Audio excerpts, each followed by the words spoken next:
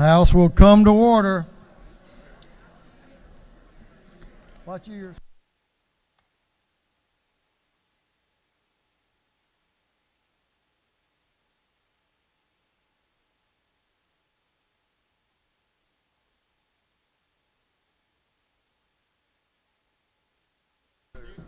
W with a small W.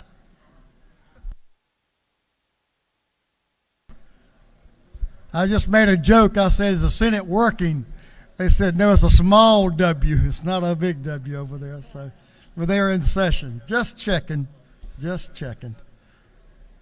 House will come to order. Members will please take your seats. Members will please take your seats.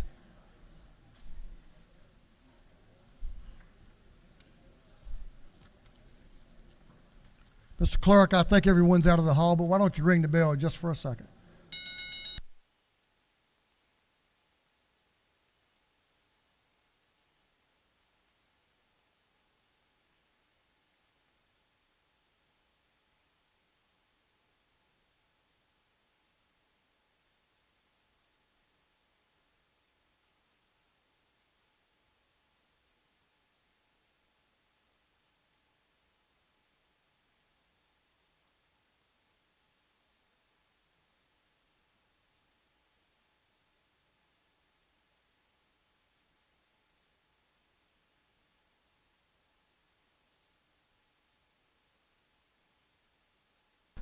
House will come to order.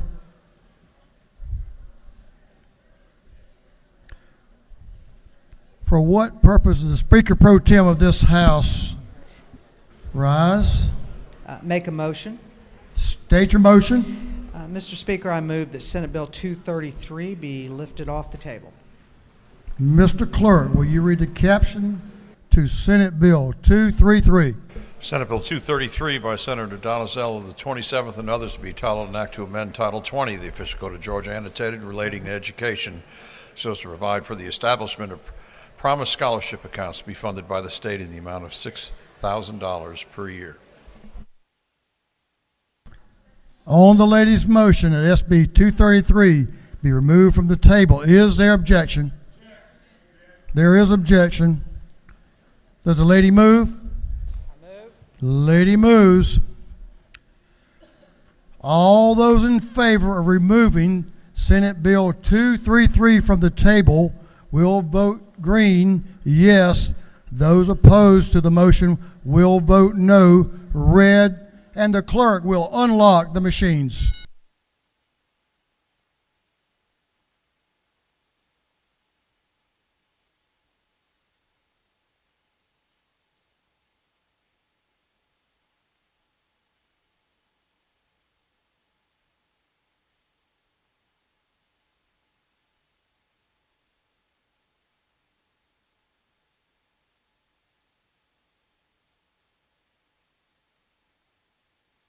Have all members voted?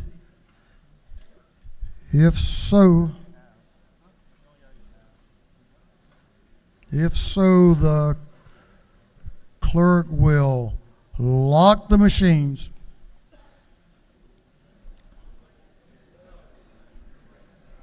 On the motion to remove Senate Bill 233 from the table, the yeas are 90, the nays are 74. Majority of the quorum, SB 233 is off the table. For what purpose does Chairman Todd Jones rise? To make a motion, State your motion. I move to recommit SB 233 back to rules.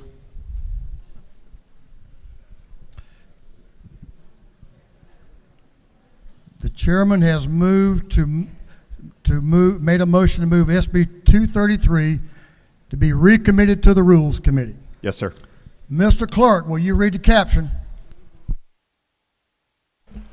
Senate Bill 233 by Senator Donizell of the 27th and others to be entitled an act to amend Title 20 of the Official Code of Georgia annotated relating to education so as to provide for the establishment of promised scholarship accounts to be funded by the state in the amount of $6,000 per year.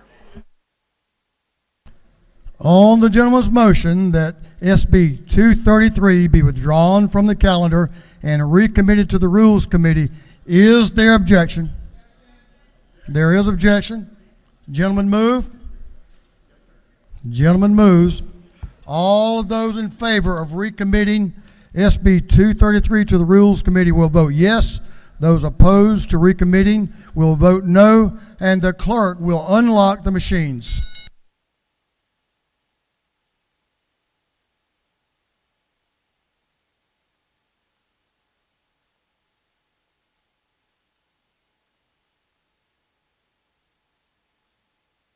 Have all members voted?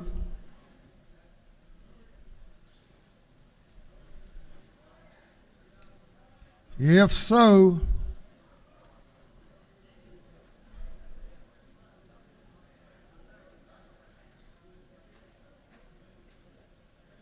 the clerk will lock the machines. On the gentleman's motion that SB 233 be recommitted to the Rules Committee, the yeas are 97, the nays are 73. It is so ordered. Back to the Rules Committee. Ma'am.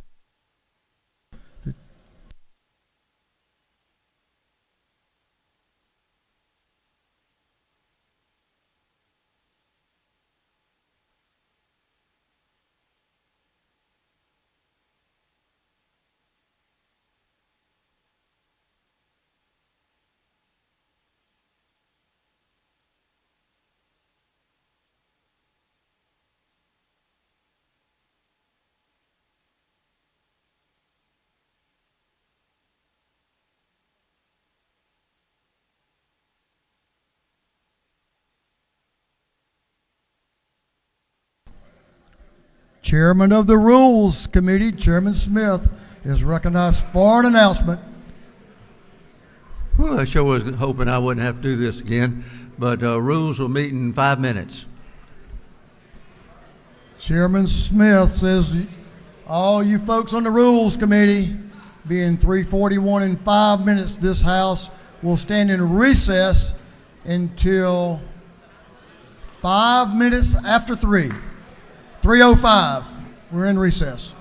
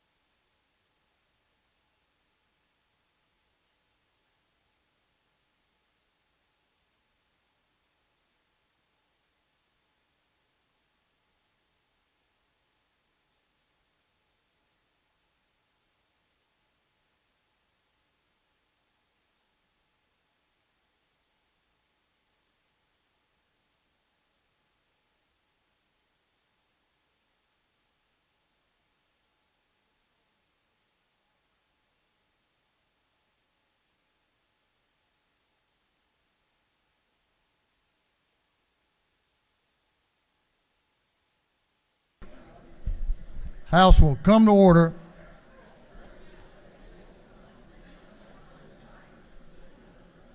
This House will come to order.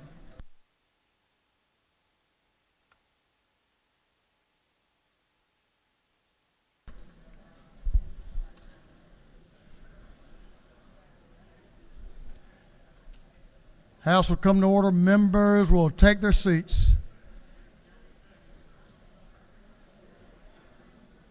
My colleagues, we have a former member of this House on the floor. He has since moved on to greater things on the DOT board. Former chairman of Banks and Banking, Greg Morris. Let's give Greg show our appreciation to Greg.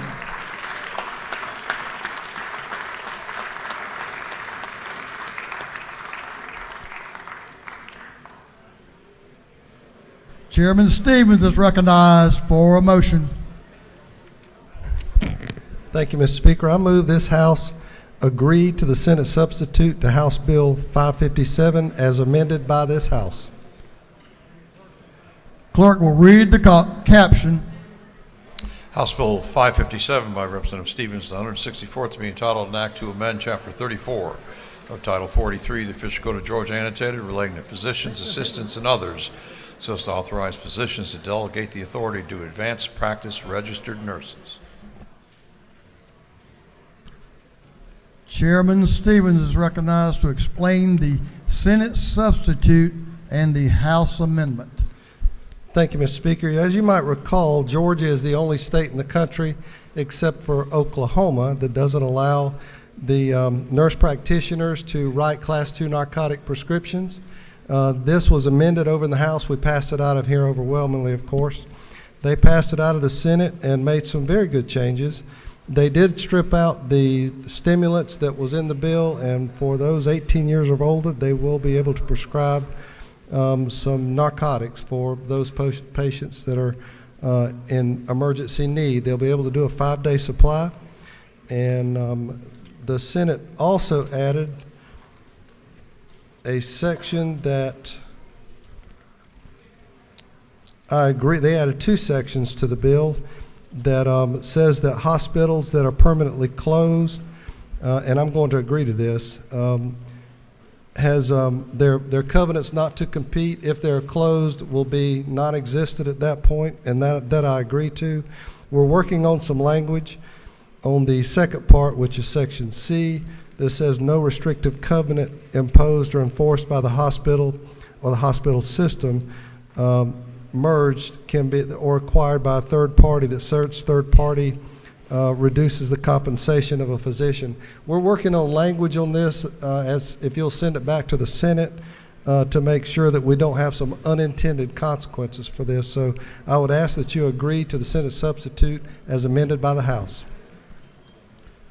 Gentlemen's yielded the will. No questions. Is there any objection to the adoption of the House amendment? Chair hears none, and the House amendment is adopted.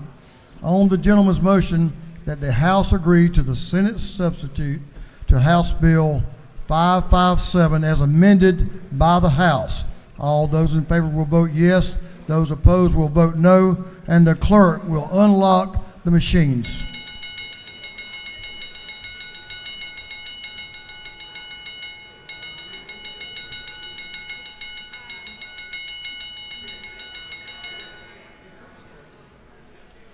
Have all members voted? All members voted.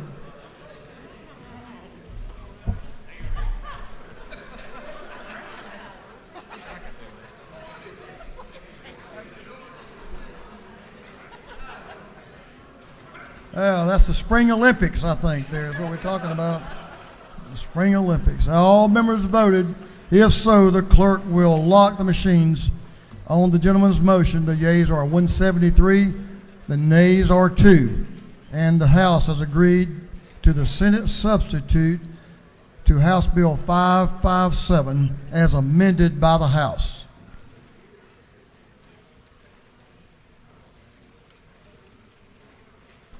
Chairman Hitchens is recognized for a motion.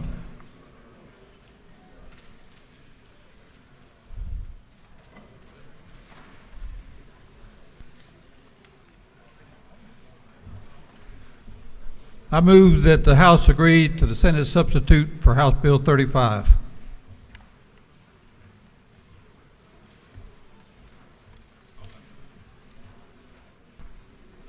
Chairman Hitchens moves the House agree to the Senate substitute to House Bill 35.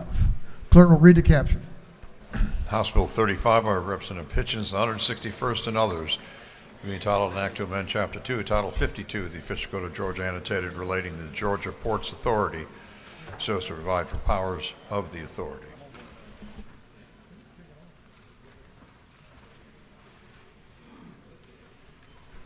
Chairman Hitchens is recognized to explain the Senate substitute.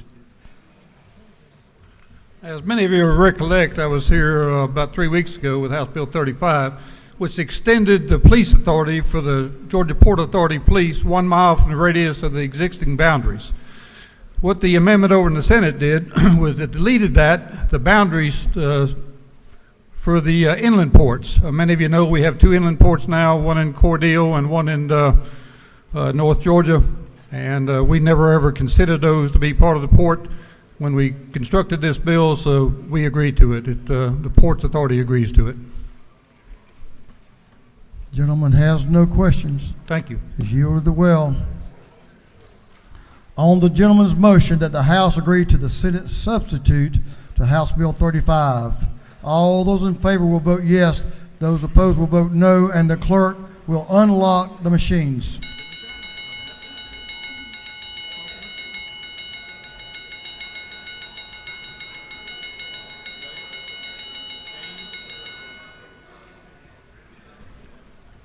Have all members voted? All members voted? If so, the clerk will lock the machines. On the gentleman's motion, the yeas are 172, the nays are 0, and the House has agreed to the Senate substitute to House Bill 35.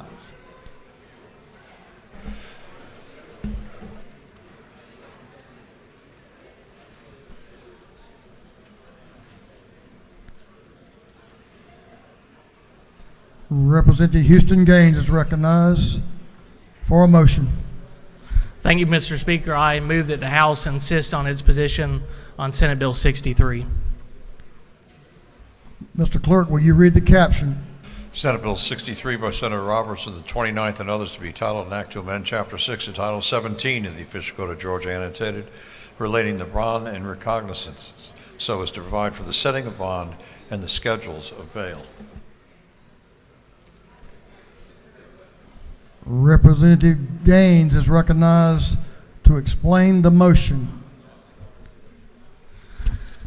Thank you, Mr. Speaker. Working with the Senate, we're working through some additional language. This was the bill we discussed at length this morning, and so we're going to insist, hope the House will join us in insisting on our position on Senate Bill 63. Gentleman, yield for a question. I will. Whip Park to your left has a question. Thank you, Mr. Speaker. Chairman Gaines, is it not true that if you opposed Senate Bill 63, that would make nonviolent offenses bail restricted, that you should vote no to this motion? Thank you, Whip Park, for your question. I think voting yes to get us to the posture of insisting on the House position is the right vote, so I'd ask for the body's favorable consideration. Mr. Speaker, I'll yield the well and ask for the House to insist on its position on Senate Bill 63. Gentleman's yielded the well. Representative Gaines has moved that the House insist on its position on SB 63.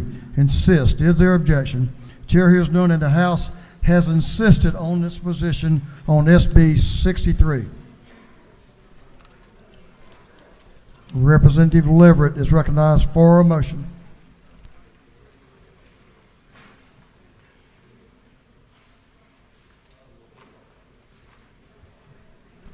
Gentleman's recognized.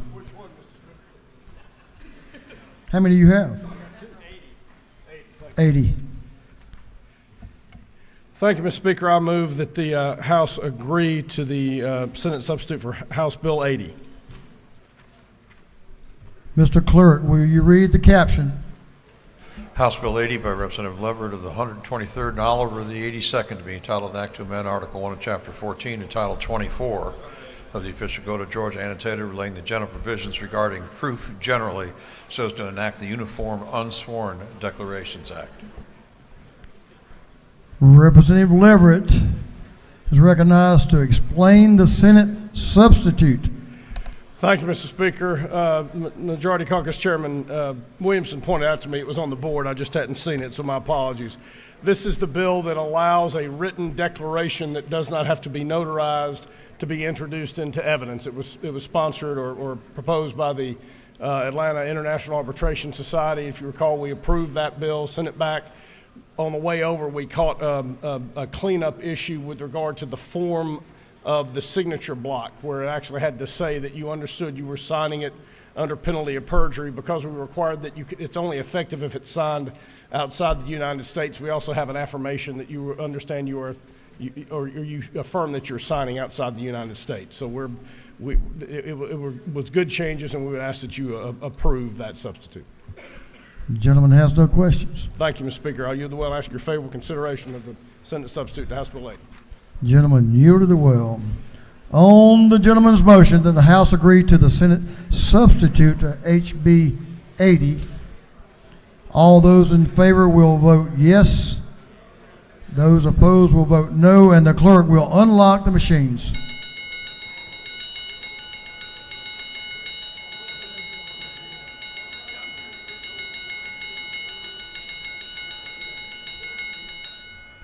Have all members voted?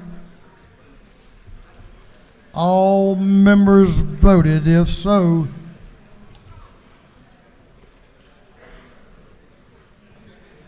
the clerk will lock the machines. On the gentleman's motion, the yeas are 175, the nays 0. And this House has agreed to the Senate substitute to House Bill 80.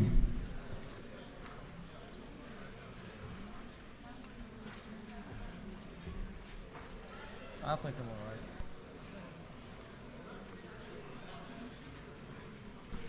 Chairman Irwin is recognized for a motion.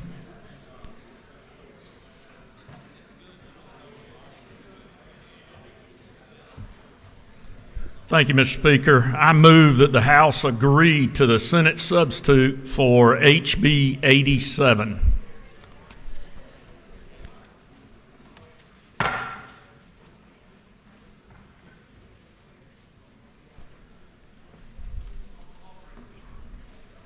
Mr. Clerk, will you read the caption? House Bill number 87 by Representative Irwin of the 32nd and others to be entitled an act to amend Chapter 2 Title 20 of the official code of Georgia annotated relating to elementary and secondary education so as to revise and repeal certain provisions for alternative charter schools. Chairman Irwin is recognized to explain the Senate substitute to House Bill 87. Thank you, Mr. Speaker. And colleagues, again, this is our completion school bill that we passed unanimously out of this House earlier this year, or this session. That the Senate changes are that we've given a definition to the Department of Defense Youth Challenge Academy within the bill. Those are those students that are in those different academies. We also added language for grandfathering the existing kids. Remember, we have 3 of these programs, Mountain Ed, Foothills, and Coastal Plains across the state. We have grandfathered those children that are already enrolled and in those schools. And then the last thing here was if a student lives very close to a school outside of their zone, so in the zone right next to them, remember they're zoned by what we call RESAs, so there are 2 RESAs put together, that is counties of schools. If they are much closer to that other zoned school, they're allowed to go there then. So, and it would make sense if they're 50 miles away from the zone they're in, but they're only 1 mile away from the other zone. We're allowing them to cross over to that zone and go through there. Colleagues, what I ask of you is your favorable consideration of these subs. This is a good program to help our students that are non-traditional and at risk of dropping out.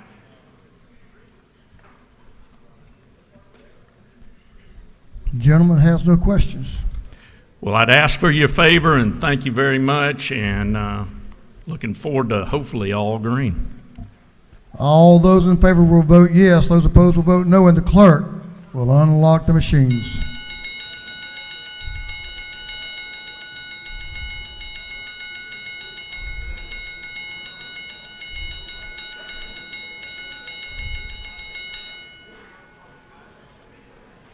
Have all members voted? All members voted. I believe you may be Irish. If so, the clerk will lock the machines. On the gentleman's motion, the yeas are 175, the nays 0, and the House has agreed to the Senate substitute to House Bill 87.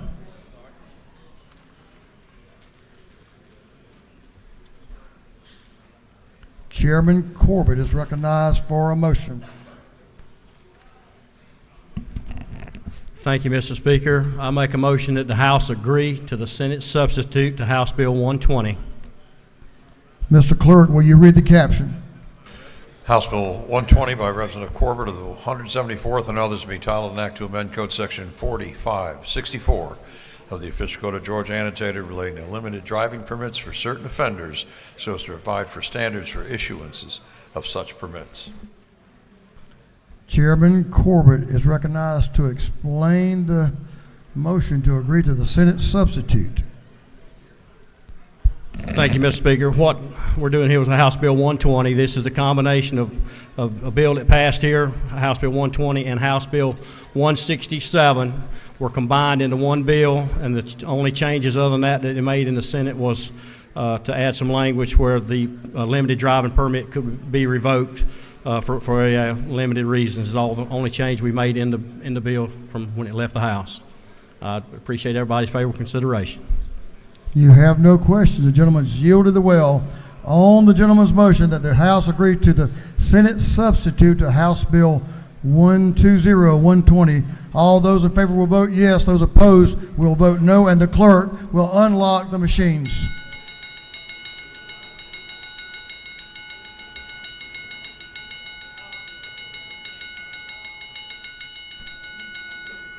Have all members voted? All members voted. If so, the clerk will lock the machines. On the gentleman's motion, the yeas are 171, the nays are 1, and the House has agreed to the Senate substitute to House Bill 120.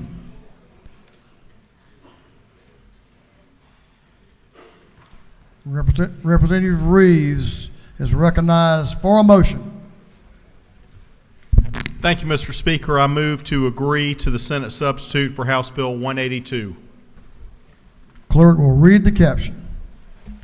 House Bill 182 by Representative Reeves, the 99th and others to be entitled an act to amend Article 1 of Chapter 2 of Title 44 of the Official Code of Georgia annotated relating to recording of deeds and other real property transactions so as to revise provisions for curing defective deeds and other instruments.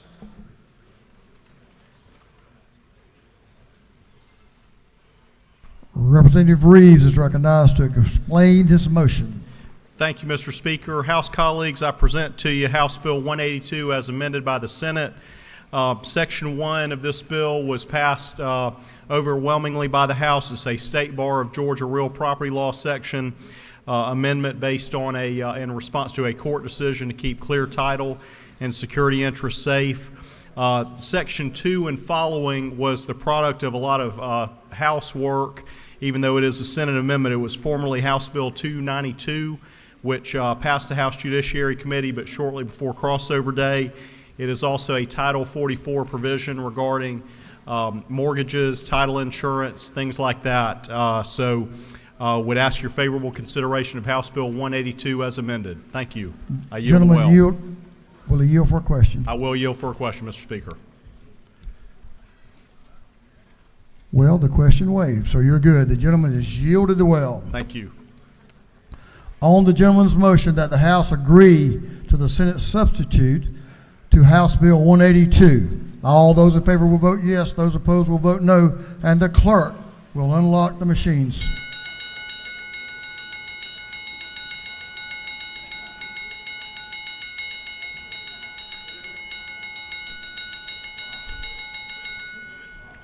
Have all members voted? All members voted. If so, the clerk will lock the machines. On the gentleman's motion, the yeas are 166, the nays are 9, and the House has agreed to the Senate substitute to House Bill 182. Chairman Saines is recognized for a motion. Thank you, Mr. Speaker. I move to agree to the Senate substitute of House Bill 188. Mr. Clerk, will you read the caption? House Bill 188 by Representative Saines, the 180th and others to be entitled an act to amend Article 2, Chapter 6 and Title 5 of the Official Code of Georgia Annotated relating to appellate practice, so as revise the name of the Sexual Offender Registration Review Board.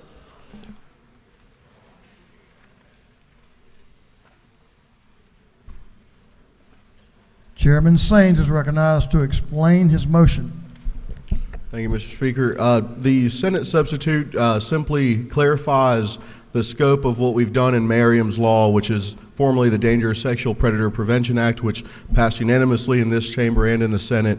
It limits the scope of the mandatory ankle monitoring to individuals who adhere to that twice adjudicated felony level sex offense to parallel what we're going to do that lifetime concurrent probationary sentence. Thank you, Mr. Speaker. You do have a question. I'll yield for a question. Representative Ramon in the center aisle to your left. Thank you. Does the gentleman yield? I do. Just really quickly, I want to confirm the LC number. Which one are you going off of? I have House Bill 188, SCSFA. Thank you. Thank you. No further questions. Thank you. Gentleman's yielded the well. On the gentleman's motion that the House agree to the Senate substitute to House Bill 188. Yes. All those in favor will vote yes. Those opposed will vote no. And the clerk will unlock the machines.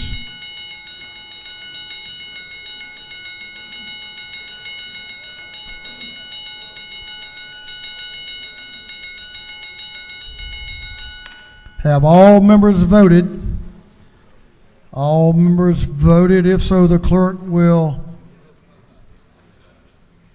lock the machines.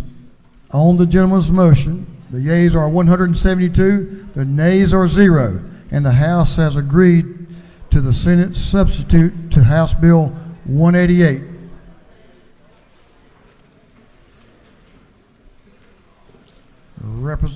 Representative Leverett is recognized for a motion.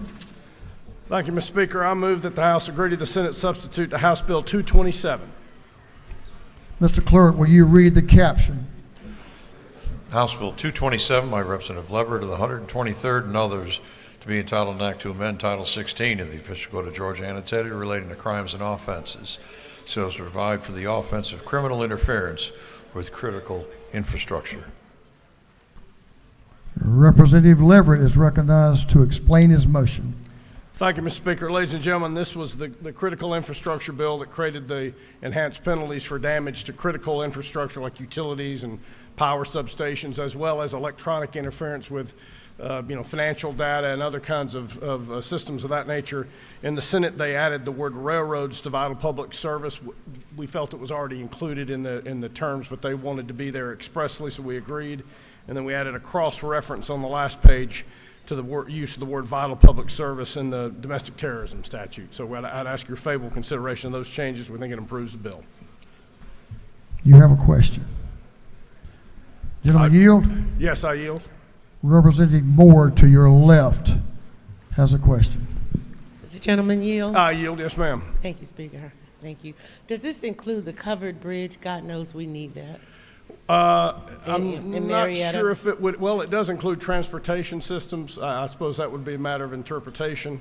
But for your sake, ma'am, I'll certainly hope it does, and we'll see if we can make it happen. That is Cobb County. It's not in my district, but I have a lot of friends that live over there, and that bridge is getting hit every month at hundreds of thousands of dollars every year, probably millions by now. Well, depending upon its location and its use and the frequency of use it gets, it could be considered under here because it would be included within a transportation system. Well, it's clearly marked. Tells you how high. They still keep going in there and knocking it down and blocking the residents into their neighborhoods. Well, Can't it's get my out. hope that maybe this could be used to deter the next person if they can catch somebody. Okay, Good thank answer. you. Gentleman has no further questions. Thank you, Mr. Speaker. I'd ask your favorable consideration or agreeing to the Senate substitute. Thank you. The gentleman has yielded the well. On the gentleman's motion that the House agree to the Senate substitute to House Bill 227, all those in favor will vote yes. Those opposed will vote no, and the clerk will unlock the machines.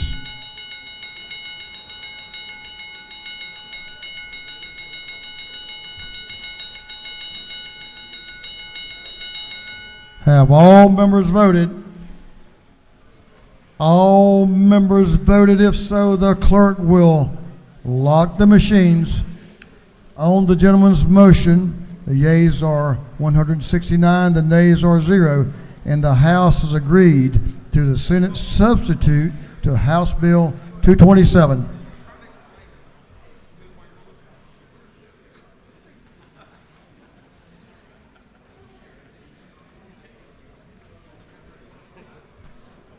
Chair Lady Lynn Smith is recognized for a motion. Thank you, Mr. Speaker and members of the House. Good afternoon. I bring to you this afternoon a request to agree to the Senate substitute to House Bill 243. Mr. Clerk, will you read the caption? House Bill 243 by Representative Smith of the 70th and others to be entitled an act to amend Code Section 1562 of the Official Code of Georgia Annotated relating the number of judges of superior courts so as to provide for an 8th judge. Chair Lady Smith is recognized to explain her motion. Thank you, Mr. Speaker. The reason for the dates changes is due to a timing issue with the appropriations bill. That's it, simply. You have no questions. Thank you, Mr. Speaker. I yield the well. The lady has yielded the well. On the lady's motion that the House agree to the Senate substitute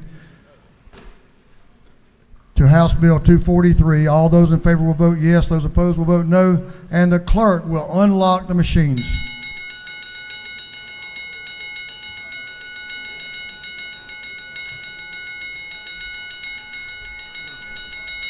Have all members voted?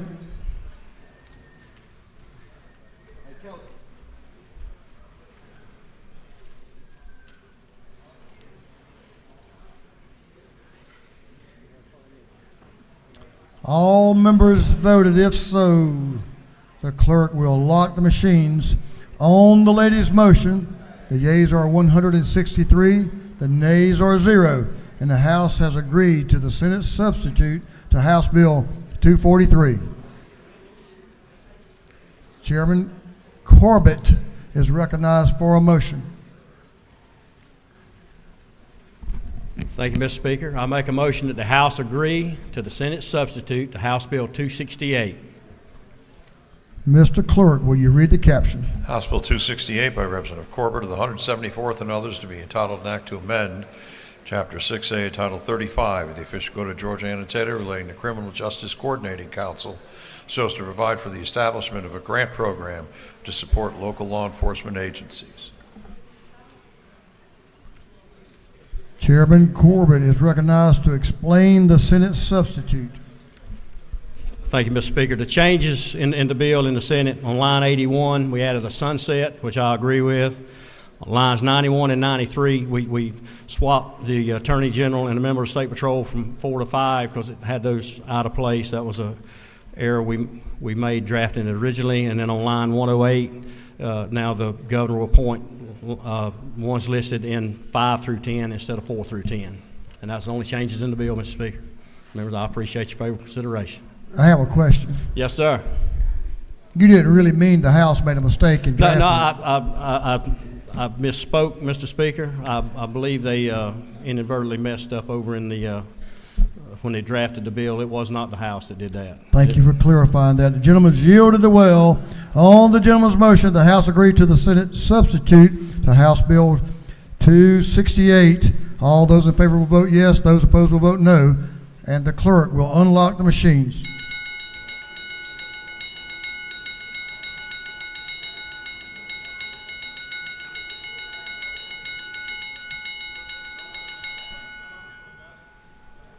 Have all members voted?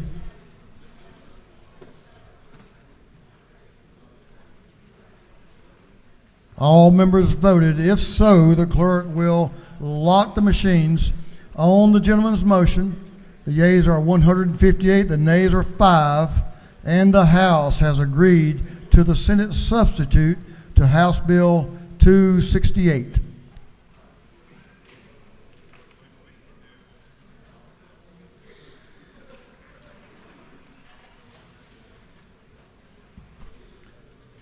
Representative Ballard is recognized for a motion. Thank you, Mr. Speaker. I move that the House agree to the Senate substitute to HB 538. Clerk will read the caption. House Bill 538 by Representative Ballard of the 147th to be entitled an act to amend Chapter 2 entitled 20, the Official Code of Georgia annotated relating to elementary and secondary education so as to provide for the Georgia Early Literacy Act. Representative Ballard is recognized to explain the Senate substitute. Okay.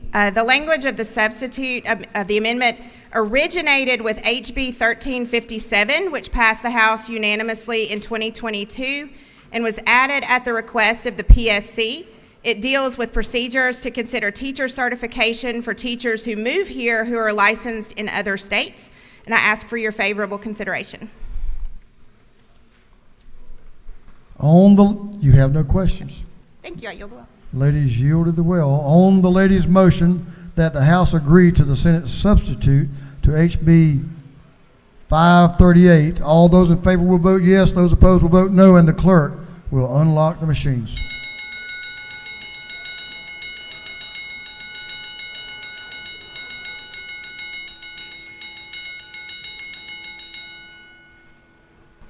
Have all members voted?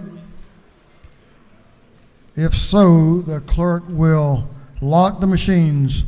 On the lady's motion, the yeas are 164, the nays 0, and the House has agreed to the Senate substitute to House Bill 538. Chairman Lumsden is recognized for a motion. Mr. Speaker, members of the House, I move that the House agree to the Senate substitute for House Bill 541. Mr. Clerk, will you read the caption? House Bill 541 by Representative Lumsden of the 12th and others to be entitled an act to amend Article 1 of Chapter 6 and Title 40 of the Official Code of Georgia annotated relating to general provisions relative to uniform rules of the road so as to provide for a proper procedure for passing a postal service vehicle. Chairman Lumsden is recognized to explain the Senate substitute. Senate substitute for House Bill 541 simply combines two bills that were passed out of this House, both of which deal with the same subject matter, appropriate procedure for when you approach a postal service vehicle, a sanitation vehicle, or a vehicle on the shoulder of the road using flashing emergency lights, provides for the proper procedure to move over, pass at a slower speed, or be prepared to stop depending upon conditions. That's the bill, Mr. Speaker. I'd appreciate your favorable consideration. The gentleman has no question as he's yielded the well. On the gentleman's motion that the House agree to the Senate substitute to House Bill 541. All those in favor will vote yes. Those opposed will vote no. And the clerk will unlock the machines.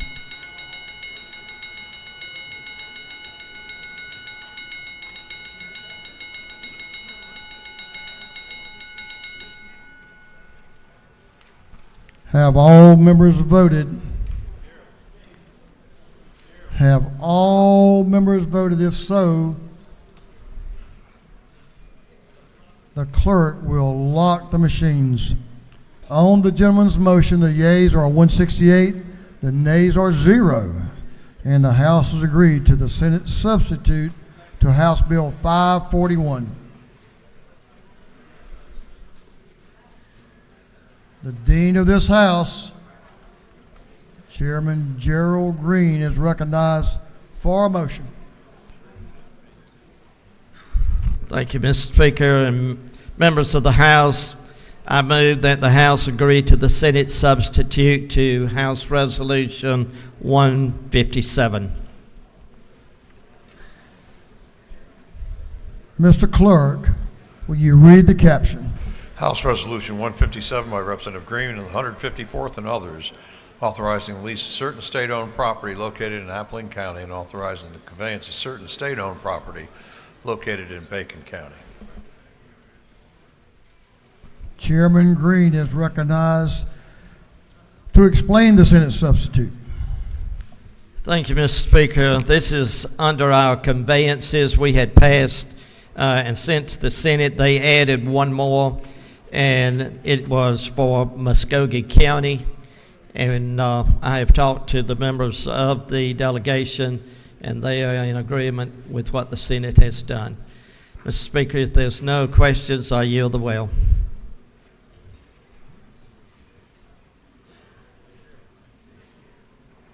Gentleman had no questions. He's yielded the well.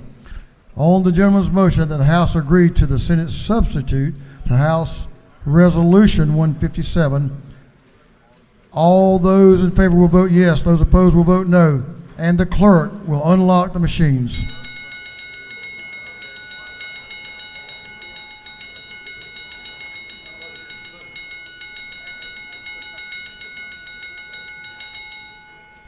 Have all members voted? Have all members voted? If so, the clerk will lock the machines. On the gentleman's motion, the yeas are 165, the nays are 0, and the House has agreed to the Senate substitute to House Resolution 157. Chairman Green is recognized for a motion. Thank you, Mr. Speaker. Mr. Speaker and members of the House, I move that the House agree to Senate substitute to House Resolution 158. Mr. Clerk, will you read the caption?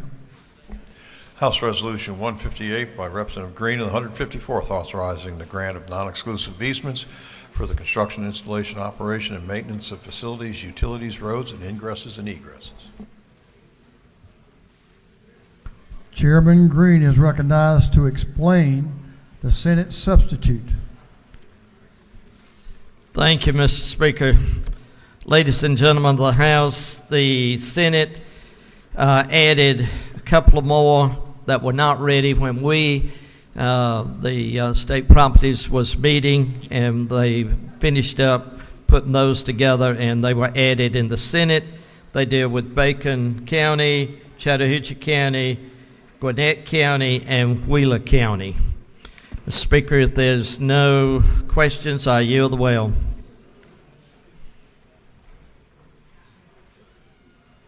On the gentleman's motion that the House agree to the Senate substitute to House Bill 158, House Resolution, 158, House Resolution. All those in favor will vote yes. Those opposed will vote no. And the clerk will unlock the machines.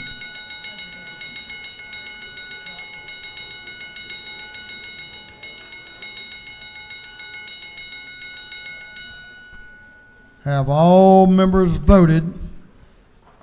All members voted. If so, the clerk will lock the machines. On the gentleman's motion, the yeas are 166, the nays are 2, and the House has agreed to the Senate substitute to House Resolution 158.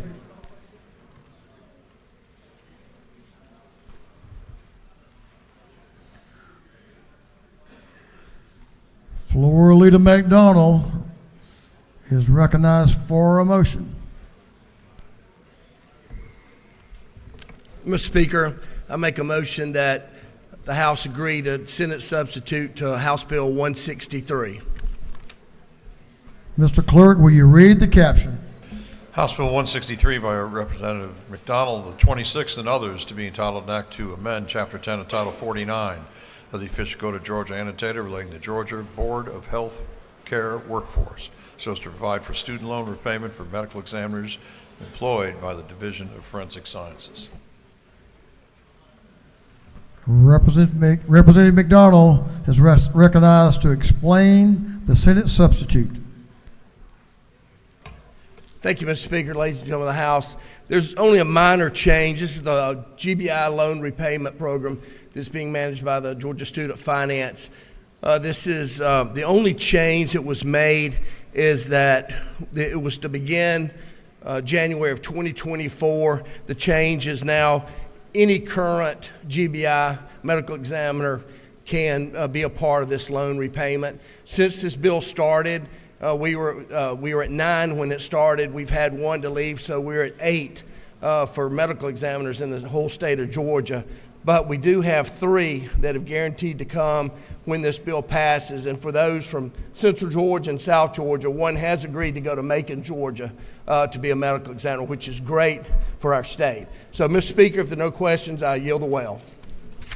You have a question to your left. Representative Jasmine Clark has a question to your left. Thank you, Mr. Speaker. Does the gentleman yield? Yes. Is the Georgia Student Finance Authority ready to implement this immediately? I know in committee we talked about them needing time to get the program running. So are they ready to start right now? Yes, they're going to be ready. It's in the FY 23-24 budget, so they're ready to begin the program. Thank you. You have no further questions. Thank you, Mr. Speaker. I yield well. The gentleman has yielded the well. On the gentleman's motion that the House agree to the Senate substitute to House Bill 163. All those in favor will vote yes. Those opposed will vote no. And the clerk will unlock the machines.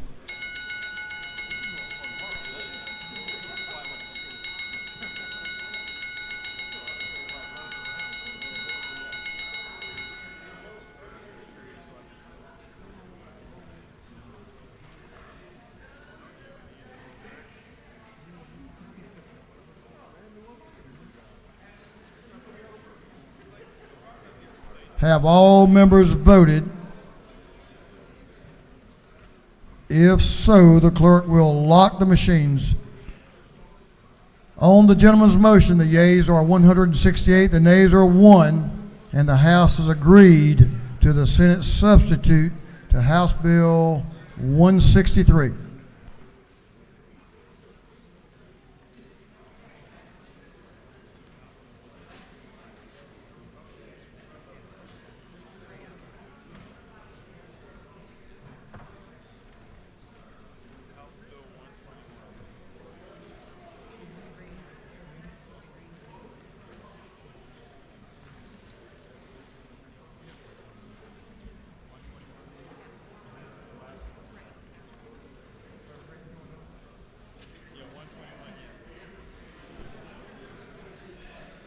Representative Victor Anderson is recognized for a motion.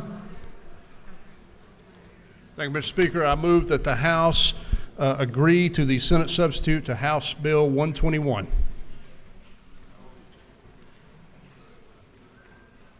Mr. Clerk, will you read the caption? House Bill 121 by Representative Anderson of the 10th and others, to be entitled an act to amend Article 1 of Chapter 7 of Title 52 of the Official Code of Georgia annotated relating to registration, operation, sale of watercraft generally.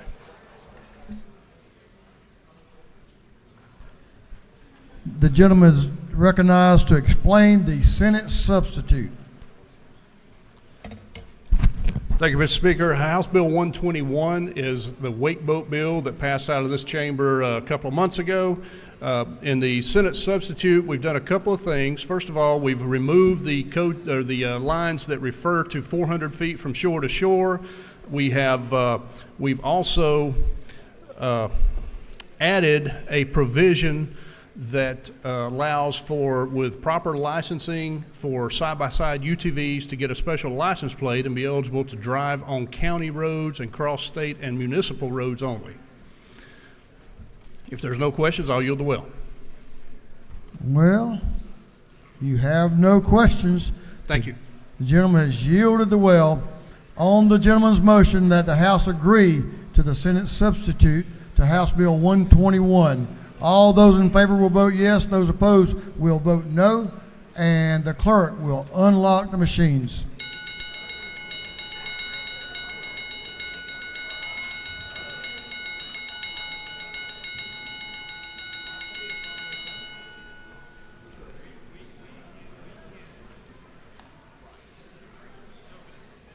Have all members voted?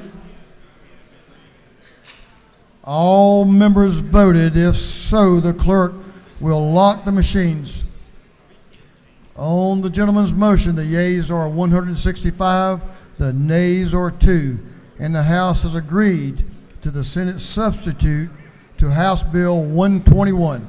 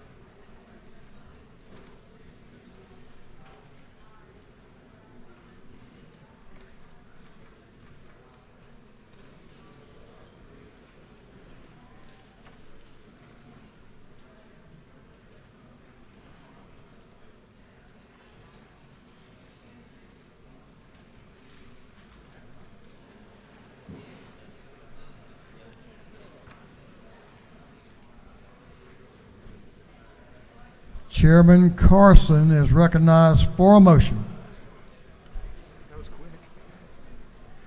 Thank you, Mr. Speaker. I move this House disagree to the Senate amendment on Senate Bill 240. Thank you. Mr. Clerk, will you read the caption? Senate Bill 240 by Senator Walker, the 20th, and others to be entitled an act to amend Title 47 of the Official Code of Georgia annotated relating to retirement and pensions so as to revise the minimum and maximum allowed benefit multiplier for current and future retirees.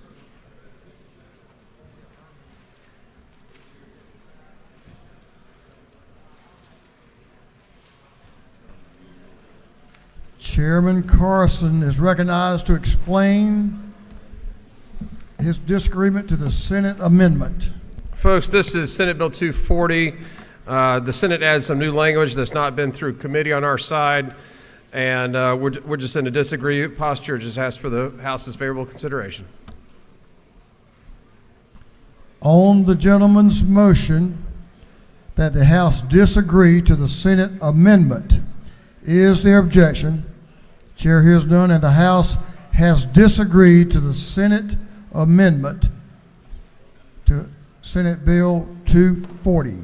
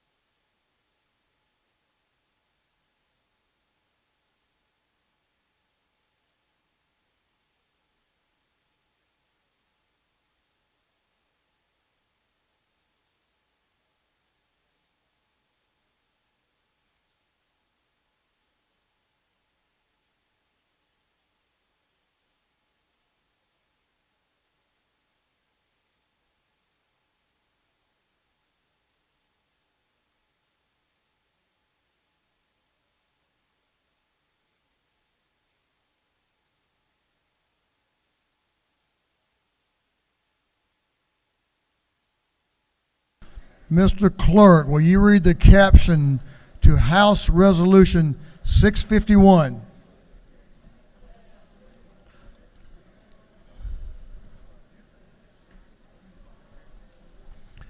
Members, this is the House supplemental calendar that we've adopted for today.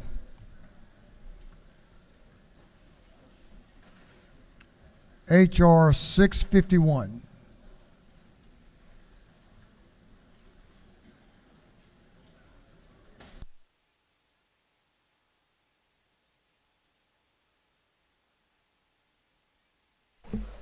House Resolution 651 by Representative Knight of the 134th and others, a resolution urging the Georgia Congressional Delegation to assist in finding reasonable solutions to protect North Atlantic right whales and Georgia's coast culture and economy. This bill having been referred to the Committee on Rules, that committee recommends that this resolution be adopted. Chairman Knight is recognized to present the bill. Thank you, Mr. Speaker. Members, this is an issue that is an urging resolution, as you just heard the clerk, but I want to explain the issue to you.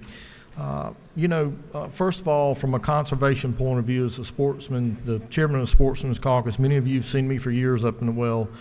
I'm very much a conservationist and stand very firm with making sure we protect our resources, both on land and in the sea and water.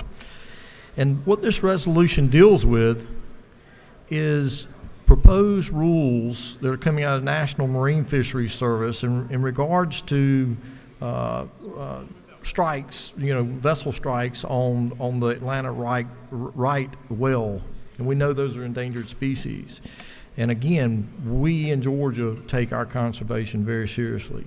Ultimately, what we want to do with this resolution, if you'll look at the end, is to make sure that we're urging Congress to make sure that they are funding and properly trying to fund and find a real solution to make sure that they got funding to make sure we've got a real-time monitoring solution on these right wells. Let me repeat that. We're urging Congress to make sure that they've got the funding to do a real-time monitoring on these right wells so that we know where they are. But as it currently stands right now, there are proposed regulations that are coming out that would impose a vessel strike reduction rule, and that rule would impose, get this, a 10-knot maximum speed for nearly half of the year out to 40 miles offshore. Again, 10 knots maximum speed limit for nearly 6 months out of the year off up to 40 miles offshore. And there are significant problems and concerns here. And quite frankly, it's the unforeseeable, it's human risk. And we know in getting boats that speeds make a difference, and depending on the oceans, the weather. We also know that there will be negative, in fact, I would say detrimental impacts to the Georgia anglers and boaters in the fishing, boating industry. In addition to the economies of the coast, plus the biggest thing, I think one of the biggest things is our ports and all those cargo ships that are coming into Georgia. And we know that the technologies out there through aerial surveillance, acoustic monitoring, satellite tagging, DNA detection technologies, that we can do this in a real-time way. And we know that Congress has authorized the National Marine Fisheries to take these measures, and we just want to make sure that they can design and deploy these real-time monitoring and mitigation program so it does not kill, and I literally say that, the sport fishing industry, our commercial fishing, and our boating industry, in addition to our ports, our cargo, and what's going on the coast of Georgia. So that's what this resolution does, and we want to make sure we're good stewards, but we also want to do it in a way that protects our coast, its resources, and that culture on the coast. If there's any questions, Mr. Speaker, I'll be glad to stand for some. Okay, you have a whole bunch of questions. Right. Let's see. A lot of them are from the coast, and I know they know what they speak down there. To your left, Representative Al Williams is recognized for a question. Thank you, Mr. Speaker. Will the gentleman yield? To my friend off the coast, I sure will. First, is it not true that I would like to apologize to a member of the Chatham delegation that I told this resolution had already passed? It's inadvertent on my part.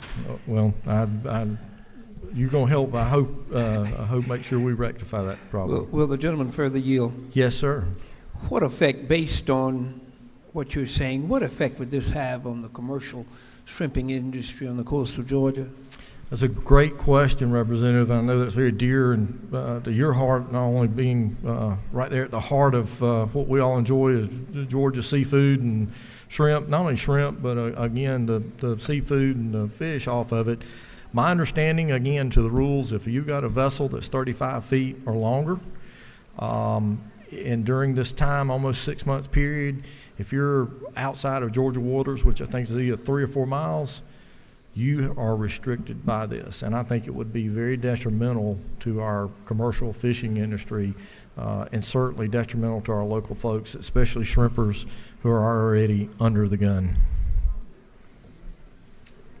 Mr. Speaker, I'll take maybe 2 more questions. Okay, you got it. Let's see. Chairman of Economic Development, Chairman Ron Stevens, to your extreme left, has a question. Gentleman's recognized. Thank you, Mr. Speaker. The gentleman yield. I will to my friend from Savannah. Is it true, 2 things, that the Georgia Ports Authority has sent letters in requesting that they reconsider this action? That is true. And isn't it also true that a boat or ship with all those containers on it at 10 knots can't safely navigate if they've got the tide pushing them in? Is that not true? Yes, sir. I think you bring up some great points. My understanding is that Quite frankly, there may be ships that are waiting out at sea for weeks or months for a berth to come in, because this would slow down the pilot ships and the captains. Quite frankly, we could see cargo, and again, this is all across the Atlantic seaboard. We could actually see cargo. This would change how cargo imports and exports happen from the state of Georgia. We could see those start pushing to the Gulf Coast or even the West Coast. And if we think we've had supply chain issues in the past, this is likely to exacerbate that to a level that we haven't seen before, and we've seen some bad times. And additionally, it's about $3.8 billion in revenue it could mean to Georgia, and about 26, almost 27,000 jobs due to the import and export and the activity on the ports and the coast. So thank you. You're exactly right. One more question, Mr. Speaker. Whip Park, right in front of you, has a question. Gentleman's recognized. Yes, sir. Thank you, Mr. Speaker. Chairman, I would certainly defer to your expertise and your wisdom when it comes to conservation measures. And of course, without a doubt, I would never question your sincerity. Just to clarify, this resolution would simply urge the Georgia congressional delegation to assist coastal communities by appropriating funds, and does not ask to urge for the repeal or reconsideration of any rule or pending rule. Is that not Well, I think true? that's what we're trying to do. There's a lot of data that was in here, and we believe that Marine Fisheries didn't take some of that data into account. And what we're hearing from the boating industry, sport fishing industry, maritime industry, is that there are technology out there through real-time technology that we can identify where these wells are, make sure that our boaters, our sport fishers, our commercial fishermen, our cargo ships know where these wells are, avoid them, avoid the strikes, but yet not disrupt and quite frankly, I dare say decimate part of Georgia and its economy, its revenue, and the tradition of sport fishing. Thank you. Mr. Speaker, I don't know, one more, I don't know if there's one more maybe, or that's just, Mr. Speaker. Gentlemen, you have more questions, but if you want to take them. Jesse. Chairman Petrie, to your left, has a question. Yep. Thank you, Mr. Speaker. Does the gentleman yield? I sure do. My friend, I know you know well my commitment to the islands, having been born and raised there. I want to ask you a question. Is it not true that we have a vibrant fishery and we have a great deal of charter fishing well off the coast? 10 knots is 11.5 miles per hour, so the body's aware. That's correct. And is it not true that oftentimes people are fishing 30 miles off the coast and everywhere in between? To my friend off the coast, I know that when I've been offshore off the coast of Georgia, we're out to 40, 50, even 60 miles off till we find blue water. In essence, it would do away with offshore fishing and the charters in the state of Georgia during those times, basically doing away with that profession. Thank you, Mr. Chairman. That is Thank exactly you. what I was trying to emphasize. Thank you, sir. Members, I appreciate it, and I'd urge you to support this resolution. We Gentlemen, can have be one more question. One more question. One more question. One more question. Representative Williams, to your left, has a question. You yield? I mean, do you waive or you have a question? She's recognized for a question. Thank you, Mr. Speaker. Yeah. Yes, ma'am. So I'm genuinely confused. My question is, you're worried about a study or a practice that seeks to protect right whales having a negative impact on the fishing industry? Is that what this is about? I think the proposed rules that we're seeing that have been proposed out of the marine fisheries, National Marine Fisheries, are rules that, quite frankly, I think fall short of good conservation, because we know that technology, the tools are out there to do real-time, and again, real-time monitoring, okay? But instead, they have chosen to propose rules that would quite frankly, be almost impossible, if not kill every part of the coast by limiting vessels that are 35 feet or longer to 10 knots or less for almost 6 months out of the year. one that will devastate the state of Georgia, its economy, its sport fishing, the boating industry, okay, the commercial fishing industry. But on top of that, as a conservationist, we know the technology is out there to do real-time monitoring, and that's what this resolution is seeking Congress to do, is put the funds, the money in there to do real-time monitoring. You know, I followed OSearch for a while, Yeah. and you can get on an app, and they've got tags, and you can see what sharks are around the world. So- We can do this with the whales. Yeah, thank you. So further question, so is the plan that is being proposed that troubles you, who is it being proposed by? The National Marine Fisheries, The out of National- NOAA. Yeah, out of NOAA. Okay, and further question? Yes, ma'am. So the money that you're proposing and the technology for actually monitoring and keeping up with right whales during real time, would that go to that same, I mean, if that, I know this is an urging resolution, but would that money go to the same group, and is there any way to? Yeah, it would. And if you look on line 24, it's a great question. Make sure we clarify this. Congress has already implemented some measures through Section 11303 of the National Defense Authorization Act of 23 that authorizes a pilot program to design and deploy near real-time monitoring and mitigation program for these wells. Okay. And what we're doing is urging Congress to continue along that and to fund that measure so that we can get real-time monitoring, meaningful monitoring, and we can also make sure that our coast, our state are not decimated by this, I would say, not well thought out rule. Yes, sir. I just hope that whatever we do end up doing does not lead to the extinction of the right whale. Thank you. No, ma'am, and I want to make sure you're clear on that. There's nobody that wants that. Thank you, Mr. Speaker. I urge you to support this very, very important measure, and so we can keep Georgia on the forefront, both from a conservation perspective and as a growing state supporting a lot of economic jobs. The gentleman has yielded the well. Is there any objection to the previous question being ordered? The chair hears none. The previous question is ordered.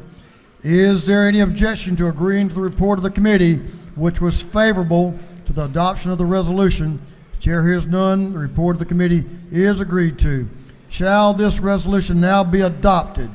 All in favor of the adoption of the resolution will vote yes. All those opposed will vote no. And the clerk will unlock the machine.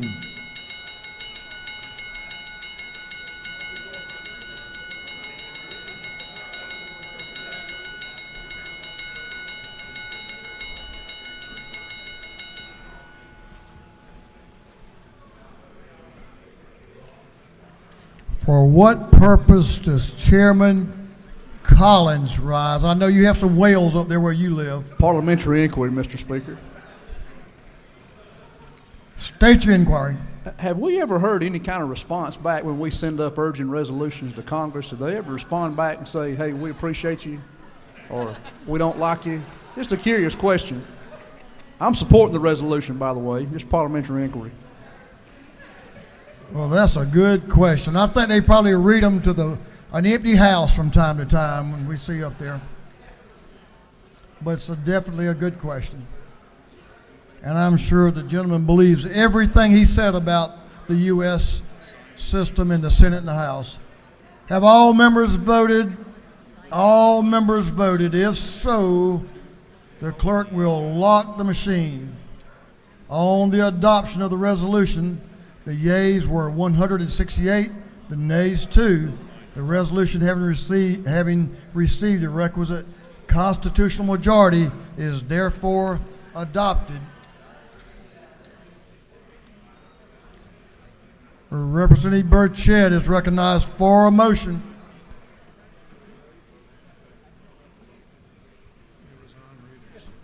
Mr. Whip, you're recognized for a motion. You have a motion? Let's hear it. Sorry. getting late. Hour is late, Mr. Speaker. I have a motion that we agree to House Bill 611 from the Senate. The Senate substitute? Senate substitute. That's Senate the substitute, yes, one. Clerk will read the caption. House Bill 611 by Representative Burchett of the 176 to be entitled an act to amend Part 1 of Article 4, Chapter 12 of Title 45, the Official Code of Georgia annotated relating to management of budgetary and fiscal affairs so as to provide for the disposition of state funds derived from certain legal judgments or settlements. Mr. Whip is called multitasking. I think that's what they call it. Chair Burchett is recognized to explain the Senate substitute. Thank you, Mr. Speaker. House Bill 611 is the bill that we voted on that essentially says this. It says that any monies or funds that come from settlement agreements or judgments that the House and the General Assembly should have the opportunity to appropriate those funds.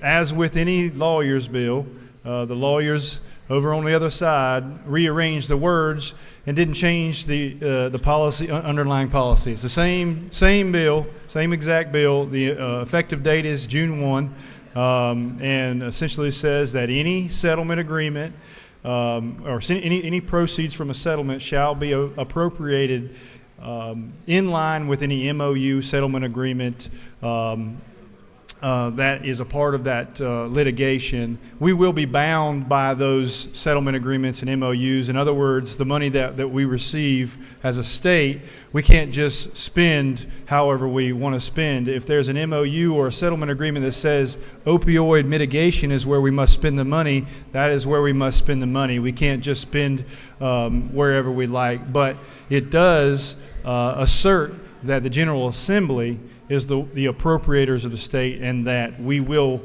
have an opportunity to appropriate those funds. And that's for any settlement agreement going forward after June 1. And Mr. Speaker, that's the crux of the bill. Gentleman, yield for a question? I do. To your left, Representative Lisa Campbell has a question. Yes, thank you, Mr. Chairman. Do you yield, please? I do. I remember discussing this in committee. Could you just clarify what the Senate substitute added or changed?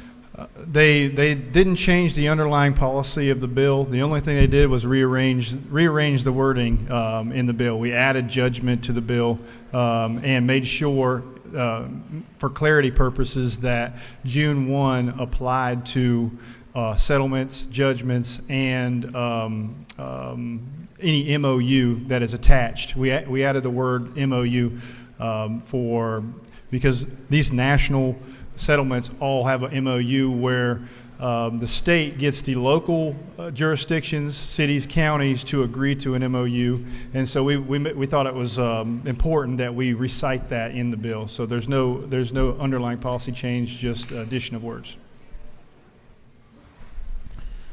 Gentleman has no further questions. Thank you, Mr. Speaker. Gentleman has yielded the well. On the gentleman's motion that the House agree to the Senate substitute of House Bill 611, all those in favor will vote yes, those opposed will vote no, and the clerk will lock the machines.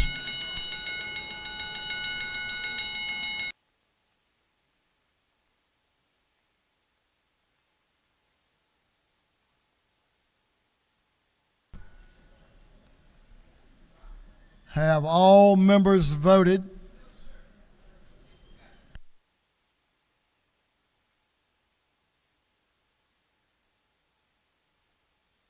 Have all members voted? Now that's your speak button, request to speak button there, Representative Williams. You've already spoken.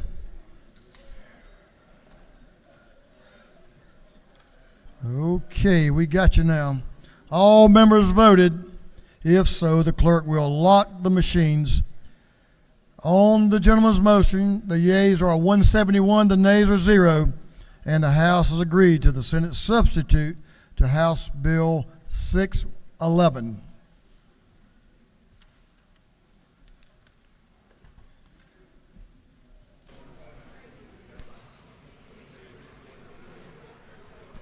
Chairman Chuck Martin is recognized for a motion.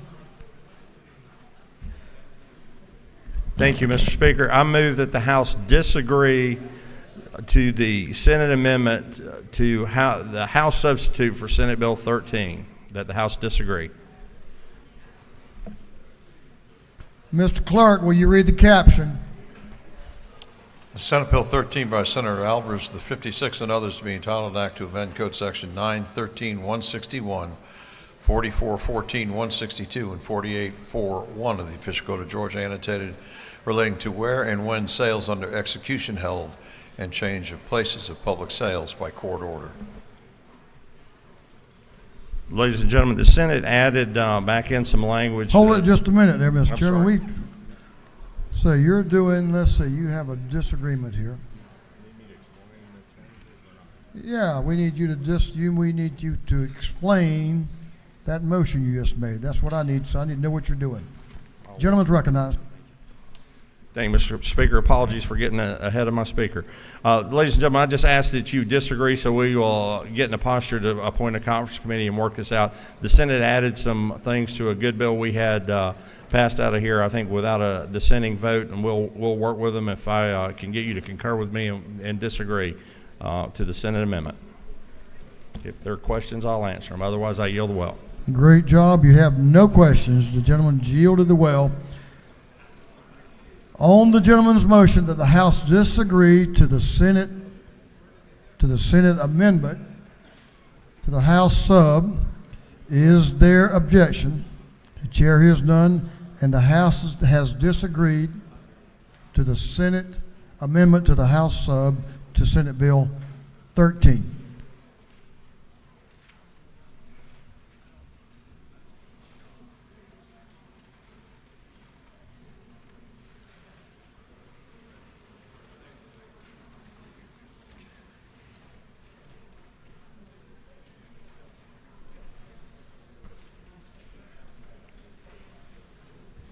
Chairman Blackman is recognized for a motion.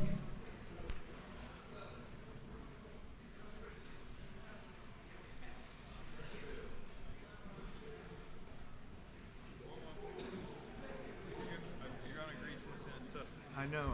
I thought I was one more. Thank you, Mr. Speaker. I move that we agree to the Senate substitute to House Bill 414.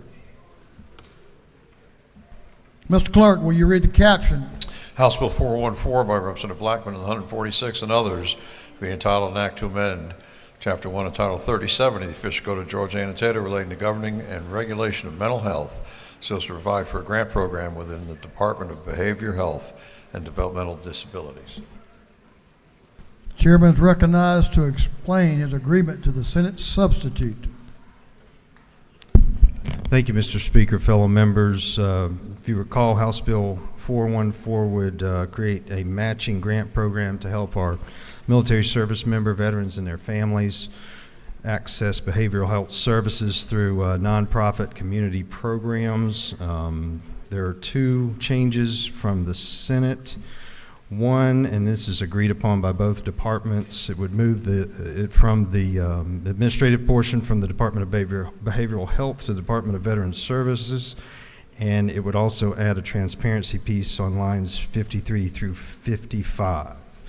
Both are agreeable, and I would ask this body's favorable consideration to this Senate substitute. Gentlemen, you yield for a question? I would. To your right, Chairman Bonner has a question. Does the gentleman yield? Yes, sir, Mr. Chairman. Is it not true that this is a great bill and will benefit more than 700,000 veterans and their families here in the state of Georgia?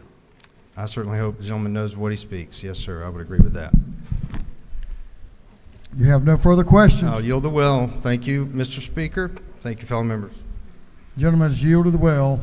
On the gentleman's motion that the House agree to the Senate substitute to House Bill 414, all those in favor will vote yes, those opposed will vote no, and the clerk will unlock the machines.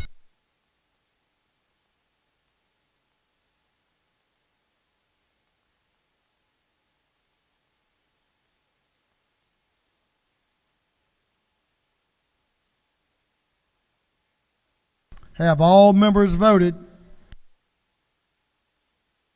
Have all members voted? If so, the clerk will lock the machines.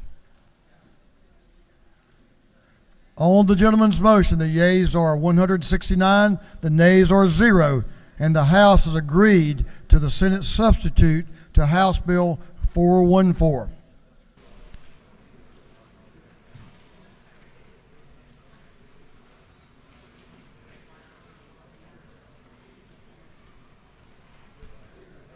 Chairman Alan Powell is recognized for a motion.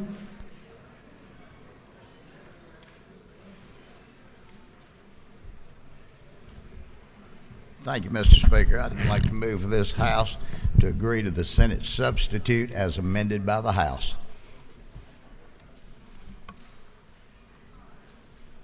Mr. Clerk, will you read the caption? House Bill 196 by Representative Powell, the 33rd, and others to be titled an act to amend Article 9 of Chapter 12 of Title 16 of the Official Code of Georgia Annotated relating to access to medical cannabis, so as to provide that the Georgia Access to Medical Cannabis Commission shall be subject to the Administrative Procedures Act.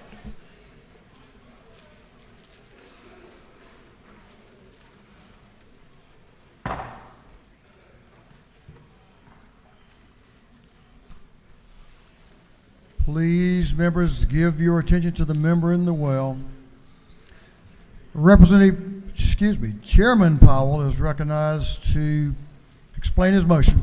Thank you, Mr. Speaker, and ladies and gentlemen. Y'all may remember on crossover we passed House Bill 196 and we're trying to do a correction to a situation that's existed for 7 years plus. 7 years ago, if you remember, we adopted and accepted the fact that medical grade cannabis oil could be a cure to a lot of the illnesses of the disease, from children to veterans to a number of different diseases.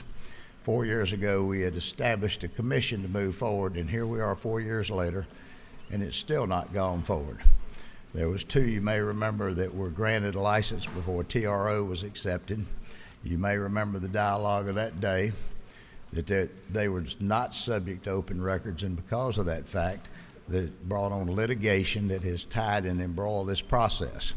Now, what we passed out of the House we thought was a pretty good bill, but you may remember at that time I spoke on this, that there was a lot of interest on both sides of the House and in the Senate about moving this to a more open process through the Department of Agriculture. The legislation that passed was basically amended, quite frankly, in not so favorable a light over in the Senate committee. Now, what this bill does, and I want to give some thanks. I want to thank Chairman Tyler Paul Smith. I want to thank Chairman Jay Collins. I want to thank the members of the various committees. I want to thank, and most special thanks, to Leader Festration. This bill came back in a totally unworkable fashion from the Senate. And what you've got before us is a new bill that what we've done is gone forward with a lot of the same language that we had, plus some new improvements, in my opinion.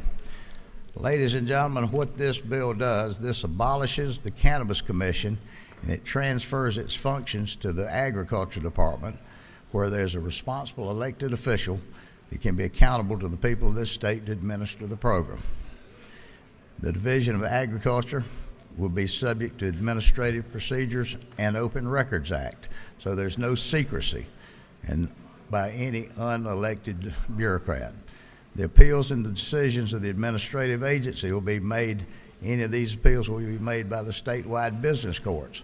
If y'all remember, that came from the bill that we left this House with. Licensees will also be able to have an additional dispensary on location. The dispensary will be able to sell any of its products as well as those other products manufactured by any of the other operations. So then that will be a fully professional operation, that this vital medical oil will be accessible to any and all of these different diseases and ailments. A joint robust oversight committee is established. This is by chairs from the House, the Senate, plus one appointed by the Speaker and one by the Lieutenant Governor to oversee the workings of the Department of Agriculture in this industry. Then we get into the real guts of how this is going to be fixed, ladies and gentlemen. The Agriculture Committee will mediate. We're not allowing them to just give licenses to the 9 who protested, but the Ag Commissioner will mediate with the 9 companies. And if they're acceptable, and if they meet all the credentials and the qualifications, then they might be able to get a license if they then drop that litigation that we had talked about earlier. The Commissioner will also have the discretion, but not an obligation, to issue additional licenses based on that registry that you remember we talked about on crossover day, based on the number of new registrants that go onto this. So we're looking at 15, possibly 20. This vests in the discretion of the Ag Commissioner to allow him and his team of experts to ensure a healthy and a fair market to bring this needed medication to the citizens of Georgia. Last but not least, this added one additional illness, and that was the ulcerated colitis. That, ladies and gentlemen, is what this bill does. If you go through the bill itself, you'll look at a number of the sections that deal wholly with abolishing and transferring this to the Department of Agriculture. With that, Mr. Speaker, I'll be glad to stand for questions. Gentlemen, you have a couple of questions. Yes, sir. To your left, Chairman Werkheiser, recognized for a question. Yes, sir. Thanks, sir. You yield? Yes, sir. Is it not true that right now we have 35,000 card holders, and the 6 proposed license holders would supply 1.2 million patients, and that you're proposing that we may add 9 more? I think what the true number, it has dropped off in the registrants have dropped off with expirations. I understand it's down below 30,000 into the 20s. It's actually grown by 20% in the last 6 months. Is it not true that an administrative law judge of 17 years with a background in healthcare heard every one of the protesters over a 60-day period and issued several hundred pages of unredacted applications and rejected every one of the protests? If the gentleman so states. I'm not an attorney, but I know that that's what has led to the litigation in these cases. Speaking of litigation, is it also not true that the Georgia Constitution, Article 3, Section 6, Paragraph 4, prohibits this body from passing legislation to specifically reward individual protesters with licenses? And this would not only not get rid of lawsuits, I can think of at least 6 or 7 more lawsuits that would be brought forth because of those who invested millions of dollars because they thought they had a license are now being told that we're going to not open the process up, but give this to who knows who, a commission that we're now abolishing, that both this chamber, the chamber across the hall, and the governor signed, and that we're basically allowing a couple of individuals to rewrite the law. I just think we are 45 days away from having oil on the shelf, and to bring forth legislation that would put this in jeopardy when we are, in fact, two of our Is there a question there, Mr. Yes. Chairman? Is it not true that the two Class 1 licenses are producing, and we are 1 lawsuit away in full county for the other 4 to start producing, and we would have the 6 licenses that this body, the body across the hall, and the governor signed? If the gentleman thinks that's correct, I'm sure that he believes in his heart and soul he's right. But then again, that gentleman represents one of the cannabis operations that has a monopoly in this state today. These are the same arguments that were heard in the House the House Judiciary, non-civil judiciary. Now, as far as the litigation and the constitutional requirements, this legislative body has the ability to change and to correct any of. This body has the ability to pass legislation to correct and to change anything that may have been disparaged or any errors in judgment by previous legislative bodies. Now, the argument was made in the House Judiciary Committee, by some of these attorneys representing the two companies that have a virtual monopoly in this state.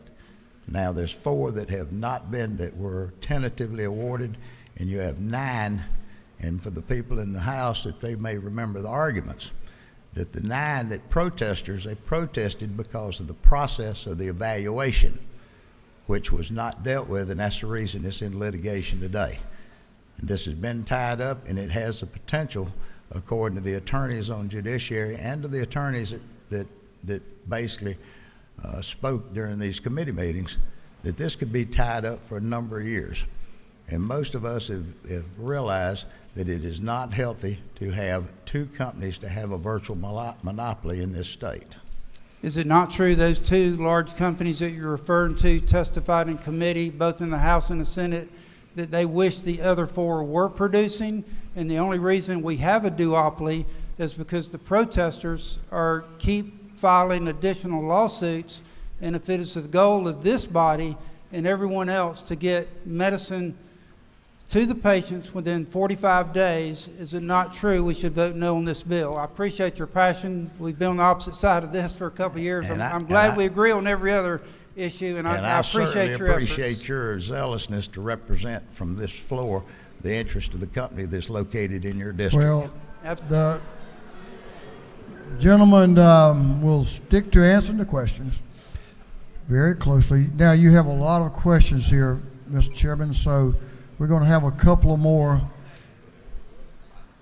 Representative Stacey Evans is recognized for a question. Thank you, Mr. Speaker. Does the gentleman yield? Yes, ma'am.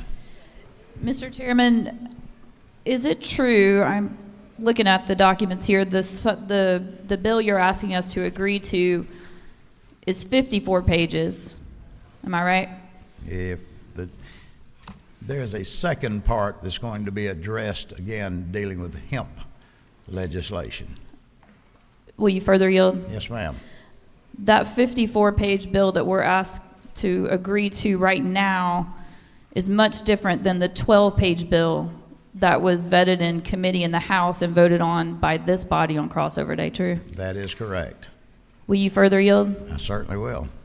Do you share my concern that if we make these changes, which is now going to be the second session that we've made significant changes to this commission, that we really urge anybody who's gone through a competitive bidding process and lost to run to the courthouse and create a bunch of chaos to make us sort of chase our tails around here and keep changing and changing and changing and really take away uncertainty for business and for consumers and most importantly for patients who need this medicine? As a learned attorney who makes her living serving as an attorney for litigants, I'm sure that you understand that everyone has got a right to file suit if they've been wronged. It was the opinion of these protesters that they had not been done correct, because you may remember the language that we had talked about, or that I had spoke from, was when the applications were given, you had the commission members that divvied them up, the same application was put forth, but that yet whenever the applications were done, they were graded on a numerical system, so that the same answer, no matter what it might have been, it was given a 1 or a 5. So it was basically a system that was flawed from the beginning. There's where it has brought this forward. And if I may further address, in this bill, over half of the pages deal with just disassembling the commission and then reassembling it under the authority of the Ag Commissioner. The base of the bills continues to be what it was when we passed, with that exception. Then the back, starting on page 40 of this bill, deals with the hemp that Chairman Perkle and Chairman Corbett so diligently dealt with. That starts on page 40 in section 2. Now, that was a consumer bill that I'm going to address, or they will address through questions. But that's to be sure that we don't have adulterated CDB hemp-based products that are being imported to the state, the synthetic grade products, the things that create a more of a health issue to the people of Georgia. So in fact, you have 2 bills that were basically disregarded in the Senate committee at the whim of one of the people that was chairing that meeting. So that's where the limit, you asked about the page numbers, that's where the number of pages come from. Be glad to answer any specific questions. But if what you're saying is, and your original question, is it not right that we're giving someone, we're not saying that the commissioner will give a license. They will then have the opportunity to go through mediation to see if they meet the qualifications, and then he can have the ability to move forward if they so desire. Will you yield for one final Yes, question? ma'am. I understand your point about legislation relating to hemp being added, but that still would make this bill that we're asked to vote on today with other than being able to ask you questions, no real debate. We're not allowed to come up and speak. So 38 pages compared to 12 that we passed out of this House on crossover that was subject to the committee process. Am I right that that means that this is 38 pages of legislation that has not gone through the committee process? This legislation has gone through the process, and we're debating it as a committee of the whole House at this point. I'll be more than glad to go by section for the good lady if she wishes. Well, I wish we could have a full debate, but unfortunately our House rules don't allow us to do that, but thank you. If you would prefer, I'll be glad to go section by section through the bill to show you where the number of pages that you're talking about were created. Let's go. Gentlemen, you for another question. To your right, Chairman Perkle is recognized for a question. Yes, sir. Thank you, Mr. Speaker. Does the gentleman yield? Yes, sir. I will not ask you to go through section by section. Is it not true that the part 2 of the amendment is virtually identical to HB 458, the only change being to tighten the guardrails that we've talked about with hemp as it relates to this consumer protection bill? You're absolutely right. Could I ask one further question? Yes, sir. Is it not true that a recent Journal of American Medical Association study found that 76% of hemp products are inaccurately labeled, and the part 2 of this bill that was passed out of this body 168-2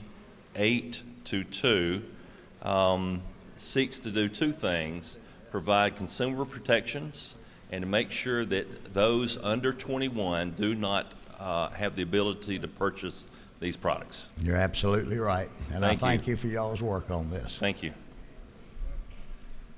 Gentlemen, further yield? Yes, sir. Let's see, Representative Shay Roberts to your left out front. Will the Recognized for a gentleman question. yield? Yes, ma'am. Okay, I sat through the hearings and I listened to a lot of it. This is a lot different than what was there. I want these people to be able to get the medicine they need. So I just want to be clear. I'm not necessarily opposed to going to the Ag Commission. I always love more transparency in government.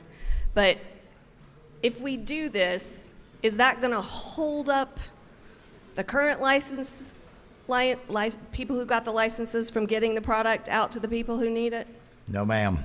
If this bill passes the way it is or in its similar form to this, by abolishing the Cannabis Commission, moving it to the Commissioner of Agriculture and the oversight committees there, then they have a date by May 31st that they've got to enter into mediation with the protesters. If the protesters show good cause that they are under the standards that they're eligible, then they will be allowed to have a license, if and under the condition that they drop any litigation. And that's the determining factor.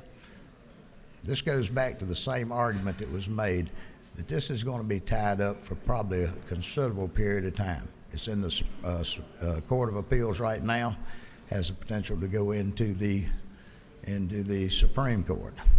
But I don't know that I feel like this is actually going to get us out of litigation. It may get us back into more litigation, and that's the part that I'm struggling with, I'll be honest. Well, the language that you had heard from one of the earlier questions was the same language that was used by some of the attorney lobbyists that were representing the 2 companies that had received, that got out before the TRO was issued.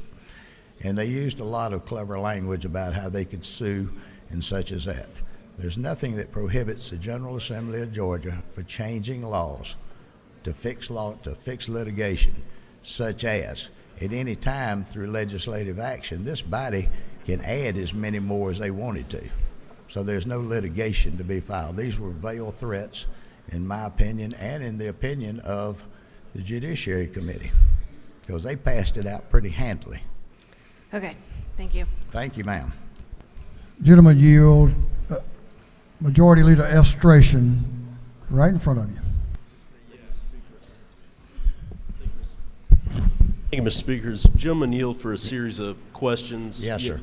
Probably yes or no questions. So, first of all, as members are concerned about the legislation that's before them, we can actually go through briefly, because as you point out, the whole first part of the bill dealing with the Cannabis Commission and now the Ag Commissioner regulating this, as a lot of pages just related to removing commission and replacing it with the department. Isn't that true? That is correct. Isn't it true that the transparency provisions that were in House Bill 196 that this body previously voted on and passed are included in here to provide transparency to this process? Absolutely. Isn't it true that the bill here, as we look at section 1.6, would create legislative oversight of this process so that there would be specific legislators who would have the ability to ensure that this new system that would be in place is being handled properly, and that if there are issues that come up, that action can be taken by the General Assembly?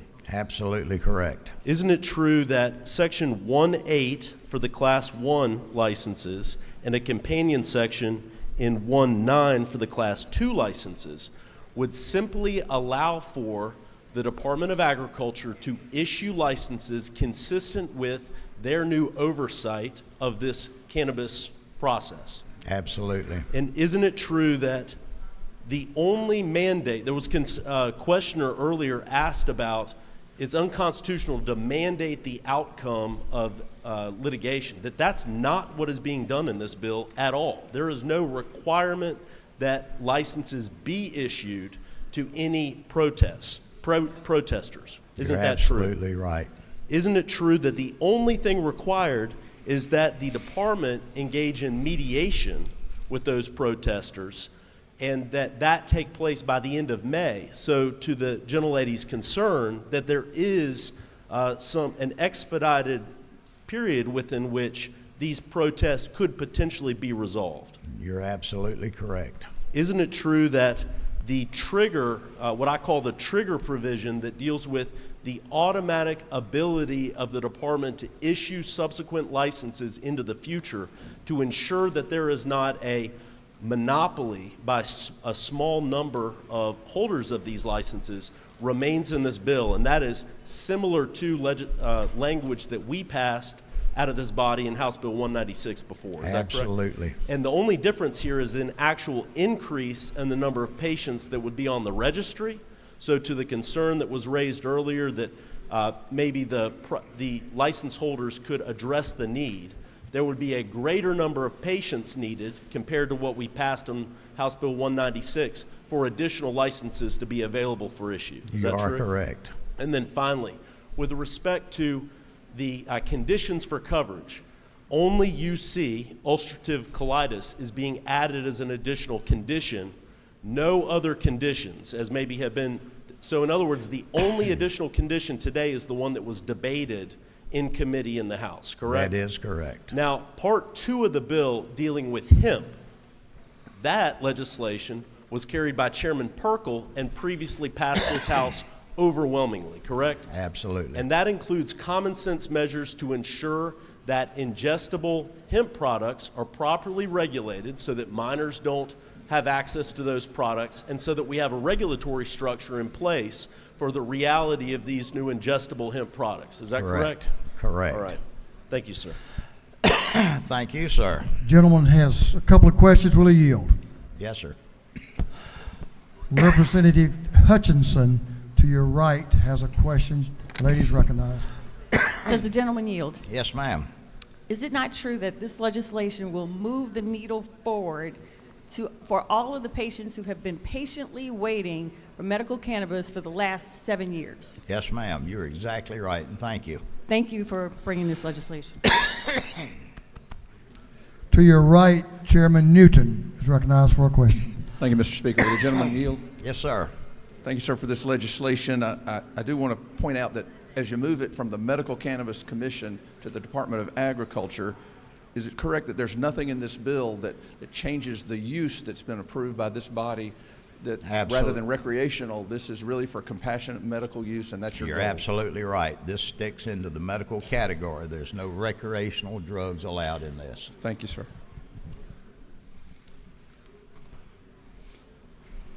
Gentlemen yield. Yes, sir. Maybe one more question. Okay. Thank you. Wilt Park is recognized for a question. Thank you, Mr. Chairman. So in conclusion, Chairman Powell, is it not true that this bill would expand access to THC oil by expanding the number of licenses while putting additional restrictions on hemp products? Is how I'm reading it. It will expand the production of medical cannabis facilities and stop the duopoly that exists right now. On the hemp part of the bill that was sponsored by Chairman Perkle, this puts guardrails into the hemp, the CDB type things, the Delta things, and those type of products in the gummies, to be sure that any of these products that are sent into Georgia, whether it be from wherever, overseas or the West Coast or wherever, that they're not synthetic and that they meet certain health standards. Thank you. Thank you. You have one more, and we'll have them all done since you're just about there. This is our last question. Mr. Speaker, I'll do one more and then I'll finish it up. Representative Willis is recognized for a question. Representative Inga Willis. Thank you, Mr. Speaker. To Does your the right. gentleman yield? Yes, ma'am. Isn't it true that this legislation not only addresses the existing duopoly and current licensure and allows for more transparency and process? You're absolutely right. Does the gentleman further yield? Yes, ma'am. Isn't it true that proper regulation of specified hemp products serves to protect the consumers of Georgia? You're absolutely right. And would the gentleman graciously yield one more time? I certainly will. Isn't it true that on the other side of this debate that has lasted for years, there will be thousands of Georgians that will receive medicine that they desperately need to improve their quality of life, especially our seniors? You're absolutely right, and that's what is most important. Thank you for bringing this bill. And thank you for the questions. Mr. Speaker, if I might sum this up to the ladies and gentlemen, you know, the question it came because of the number of volume of pages in this. Well, the first 40 pages of this deals with the cannabis, and most of those deal with disassembling the commission and moving it to the Department of Agriculture.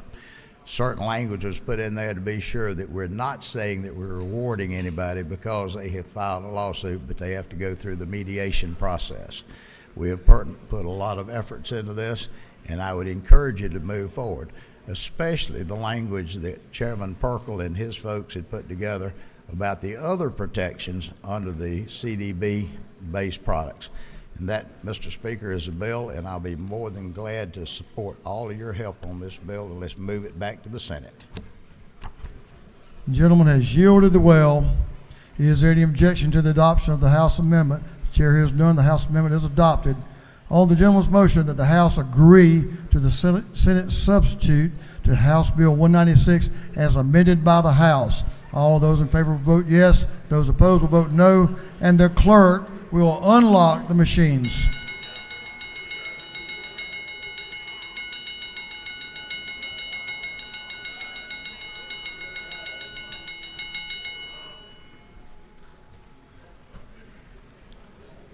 Have all members voted?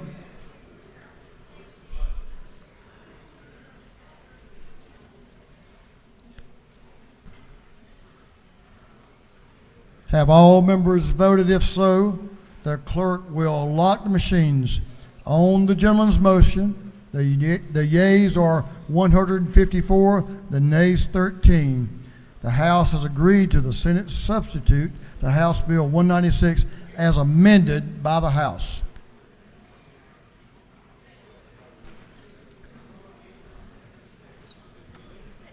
Floor Leader Gamble is recognized for a motion.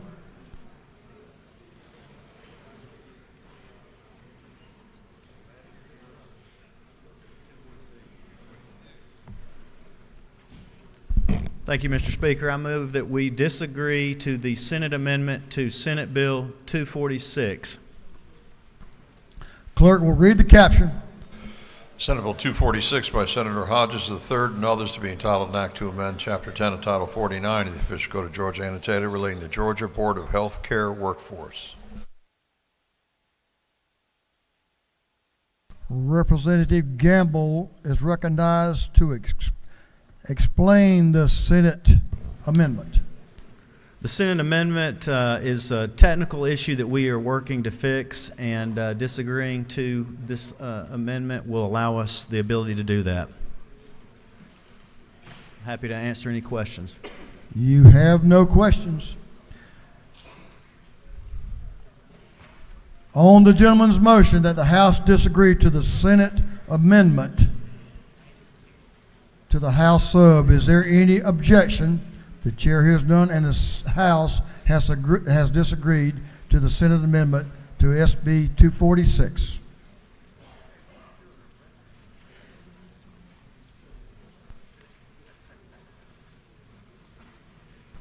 We're going back on to the rules calendar. Mr. Clerk.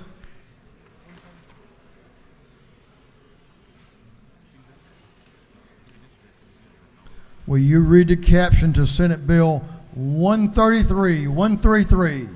Senate Bill 133 by Senator Strickland of the 17th and others to be entitled an act to amend Chapter 11 of Title 15 of the Official Code of Georgia annotated relating to the Juvenile Code so as to create a uniform process to assume custody of children as a result of disposition orders. This bill having referred to the Committee on Juvenile Justice, that committee recommends that this bill do pass by Rules Committee substitute. Representative Rob Leverett is recognized to present the bill. Thank you, Mr. Speaker. Ladies and gentlemen of the House, it's my pleasure to present you Senate Bill 133. This is a bill that attempts to provide a statutory framework for juvenile court judges when they are considering certain cases that might involve placement of a child with Department of Family and Children Services or just removal of a child. It helps to understand there are basically three different sort of kinds of proceedings you can have in juvenile court. There's dependency, delinquency, and child in need of services. You know, of course, dependency is where a child is found to be dependent, where that is the, I'm sure I have the definition here. The child has been abused or neglected, is in need of protection of the court, or has been placed for care or adoption. Then you have delinquency, which is kind of the version of criminal court for juvenile court. And then child in need of services, which was a proceeding that was developed several years ago that's basically intended to try to avoid removal of children from a home when they are engaging in certain behaviors which makes them difficult for parents to manage. They don't attend school, they're runaway, they're loitering, it even says to patronizing a bar. So generally in delinquency and CHINS, they call child in need of services, it's not contemplated that children will be removed from the home. That's more of a dependency determination. And there's a fairly detailed set of statutes in the juvenile code that deal with the procedures that a court has to go through to make sure that it protects the parents' constitutional rights, the due process rights of the parents and the child, and just to afford all parties notice. This bill is attempting to ensure that if a court does make a non-emergency placement, and that's a very important distinction, this is not for an emergency case, but if a court is starting to make a non-emergency placement in a child in need of services case or a delinquency case, that it go through certain steps. And these are fairly common sense, but they are, the law currently doesn't have a set statutory process for the courts to go through. So this just makes sure the court does things like check on what might else be available for placement, find out what services the child has had in the past, find out if there are any records relating to the child that would be useful to review. And it does that both in delinquency and the so-called CHINS cases. So we believe this would provide greater uniformity. It ensures the protection of the rights of all parties and ensures that there's notice provided. And it would, we believe ultimately it provides for a better placement and protects the rights of the child and makes sure that the child's getting the best placement and the best services that's possible, which is ultimately the goal of any juvenile court proceeding, really. So There is a letter, I think, that was handed out a few days ago when we were considering bringing up the bill, and then it didn't come up. We placed it out again today. The Office of Child Advocate does support the bill for the reasons I've mentioned, just ensuring a process so we give courts a checklist to go through to make sure that the rights of all parties are being protected. So we would urge your favorable consideration of the bill, and Mr. Speaker, I'll yield for any questions.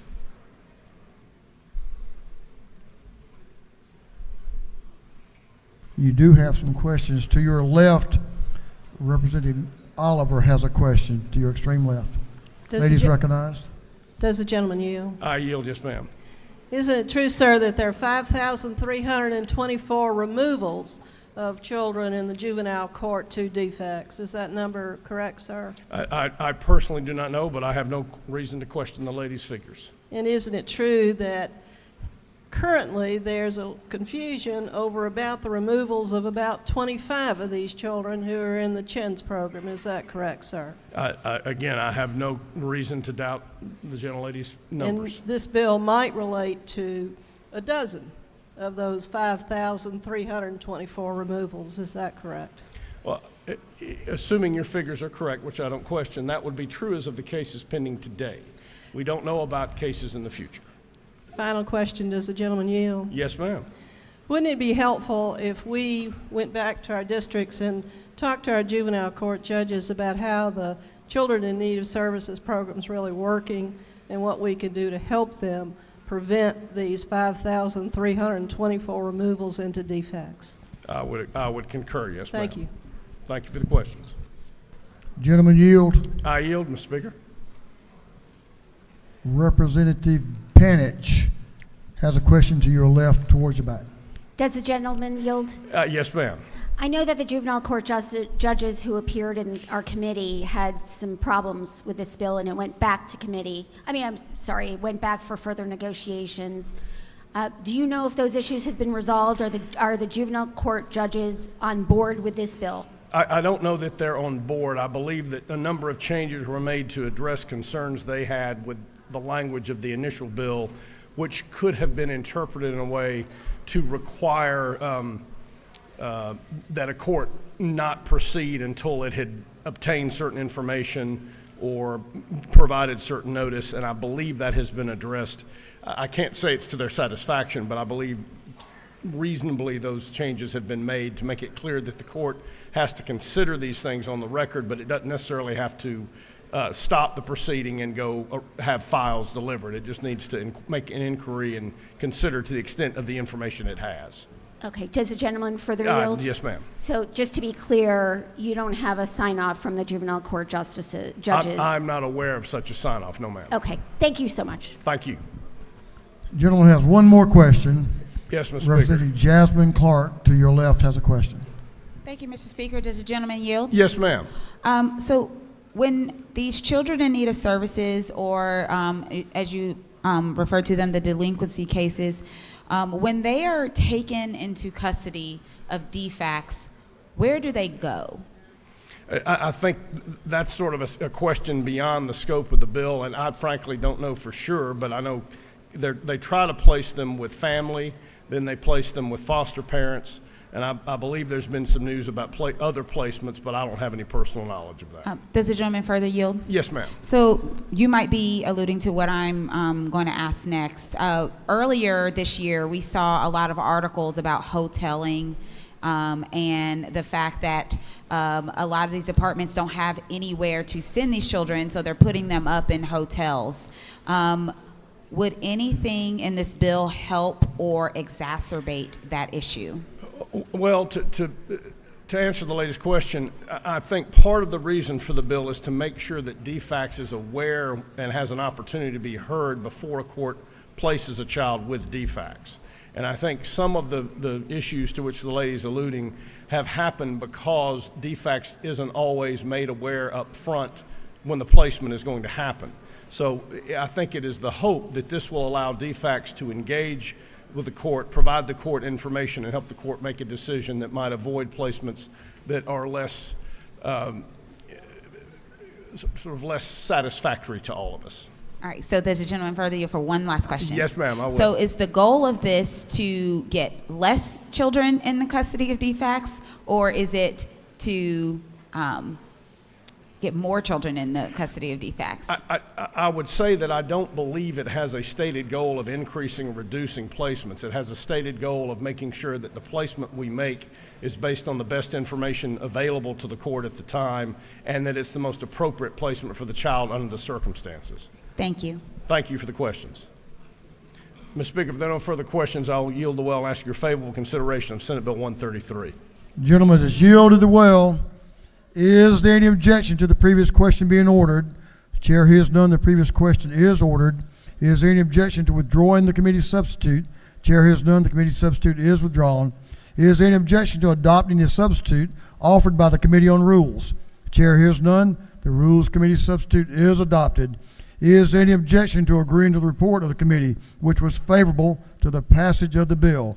The chair hears none. The report of the committee is agreed to. Shall this bill now pass? All in favor of the passage of the bill will vote yes. All those opposed will vote no. And the clerk will unlock the machine.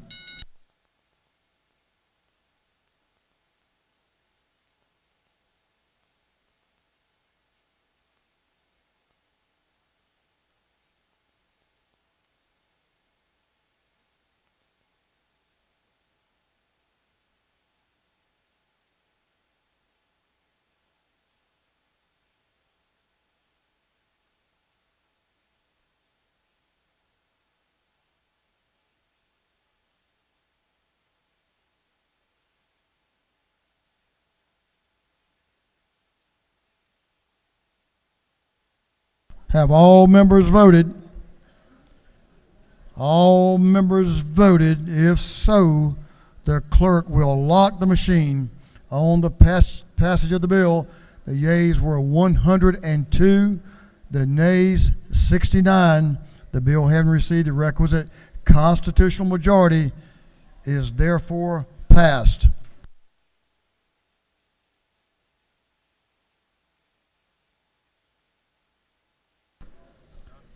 Representative Washburn is recognized for a motion.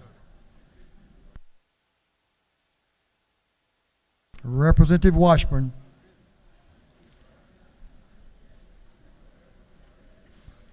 Representative Dale Washburn, excuse me.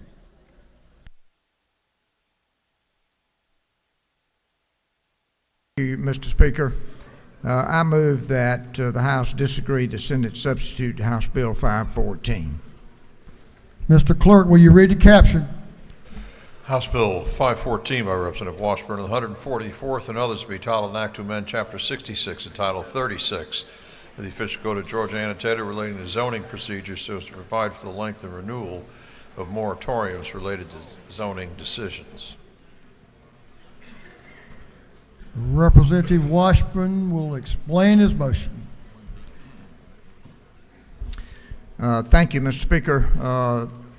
The Senate in committee amended our bill to add back multifamily when our bill had originally been to limit moratoriums on single-family dwellings.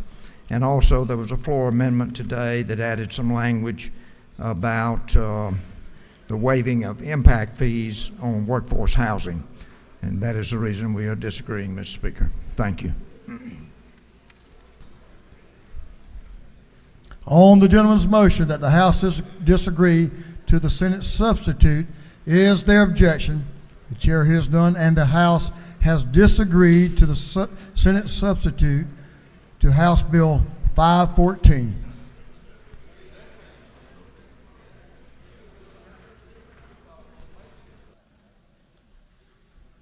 Representative Brad Thomas is recognized for a motion. Thank you, Mr. Speaker. I motion the House agree to Senate substitute to House Bill 374. Clerk will read the caption. House Bill 374 by Representative Thomas, the 21st to be entitled an act to amend Chapter 36 and Title 36 of the official code of Georgia annotated relating to municipal annexation of territory. Gentleman's recognized to explain the Senate substitute. Thank you again, Mr. Speaker. This bill was amended in the Senate to provide further applicability restrictions to the alternative de-annexation process that I've presented to you all on crossover day. Additionally, it now includes a provision for homeowners and business owners to choose a fuel source they wish or need to use their appliances when, while still allowing local government authorities to enact voluntary efficiency or environmental programs. And it also provides for parity between the treatment of fuel sources powering leaf blowers.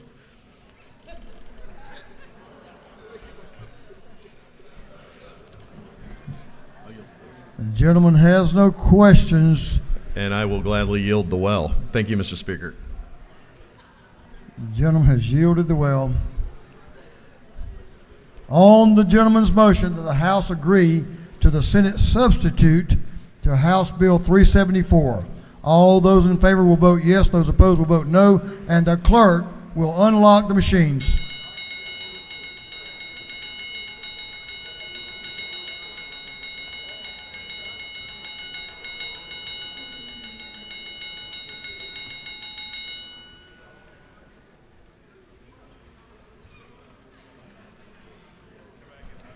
Have all members voted? If so, the clerk will lock the machines. On the gentleman's motion, the yeas are 101, the nays are 66, and the House has agreed to the Senate substitute to House Bill 374.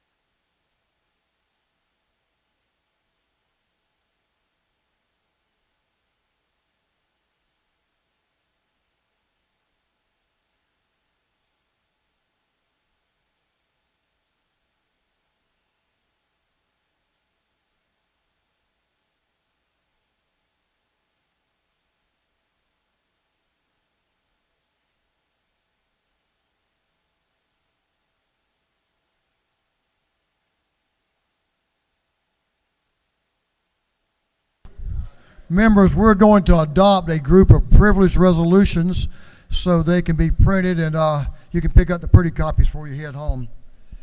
Will the clerk, will you read the caption to a group of privileged resolutions? Honoring the life and memory of Mr. Tommy Dortch. Honoring the life and memory of Carmen Schultz. Recognizing and commending Mary Ann Mitchum for more than 15 years of extraordinary contributions and devotion to the betterment in the city of Hampton and Henry County. Recognizing and commending the J.C. Murphy High School class, 1973. Recognizing and commending the 2023 Heart of the Community Award recipient, Melissa Rutledge. Recognizing March 21st, 2023 is Mayor Donya L. Sarder Day. Congratulating and honoring Lithonia Chapter 3280 of AARP Incorporated. Commending David Yarbrough, Chattooga High School's 2023 Star Teacher. Commending Laura Bryant, Tryon High School's 2023 Star Teacher. And commending Jacob Travis, Modell High School's 2023 Star Teacher. And commending Laura Wyndham, Coosa High School's 2023 Star Teacher. And for other purposes, that completes the reading of the privilege resolutions. Is there any objection to adopting the privilege resolutions? Chair has none, and the resolutions are adopted. Thank you, Mr. Clerk. Okay. I was waiting for a motion, but I didn't get it, so we'll move on.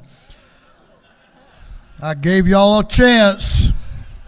It's too late now.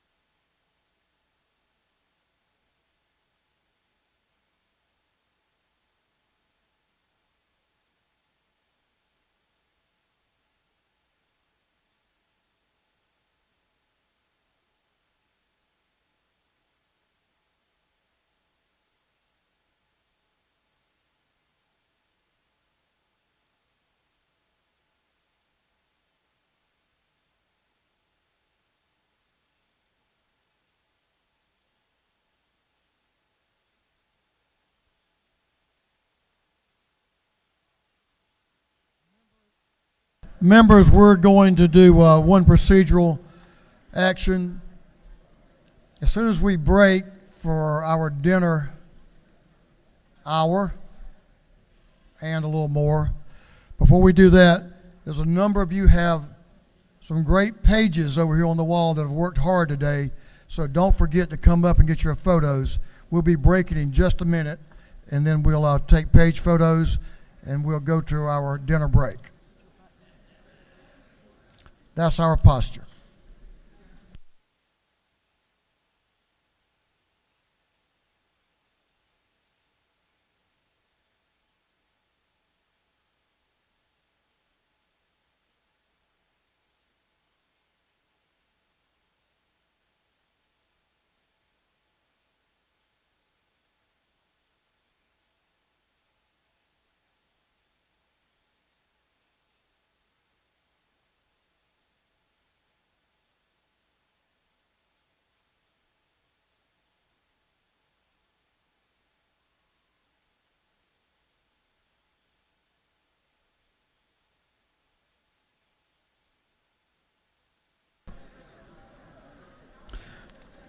For what purpose does Representative Panich rise?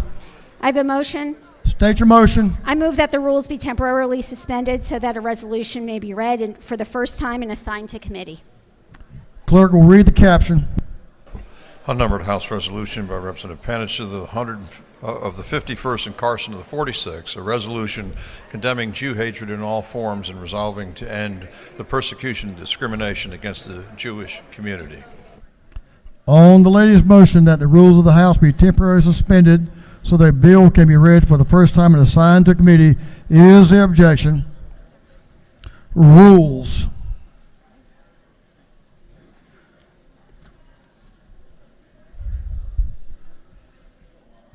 For what purpose does Representative Leverett rise? Make a motion. State your motion. Mr. Speaker, I move the rules be temporarily suspended so a bill can be read for the first time and assigned to committee. Mr. Clerk, will you read the caption? Unnumbered House Bill by Representative Leverett of the 123rd to be entitled an act to amend Part 2 of Part 6 of Article 6 of Chapter 2 entitled 20, the Official Code of Georgia annotated relating to conditions of employment in elementary and secondary education. On the gentleman's motion that the rules of the House be temporarily suspended so a bill can be read for the first time and assigned to committee, is there objection? Education. We have two announcements. Chairman Williamson is recognized for an announcement. Thank you, Mr. Speaker. There'll be a short caucus meeting for the House Majority Republican Caucus in Capitol 341 upon a dinner adjournment. Which room? It's Appropriations Room. 341. 341. Yes, thank you, Mr. Chairman. Chairman Mitchell is recognized for an announcement. The Democratic Caucus will meet upon a break in 6:05 in the CLOB. Dinner will be served. Thank you, Mr. Speaker. All right. That sounds like a deal. That completes our announcements. Page photos. This House will stand in recess until 7:30 p.m. 7:30.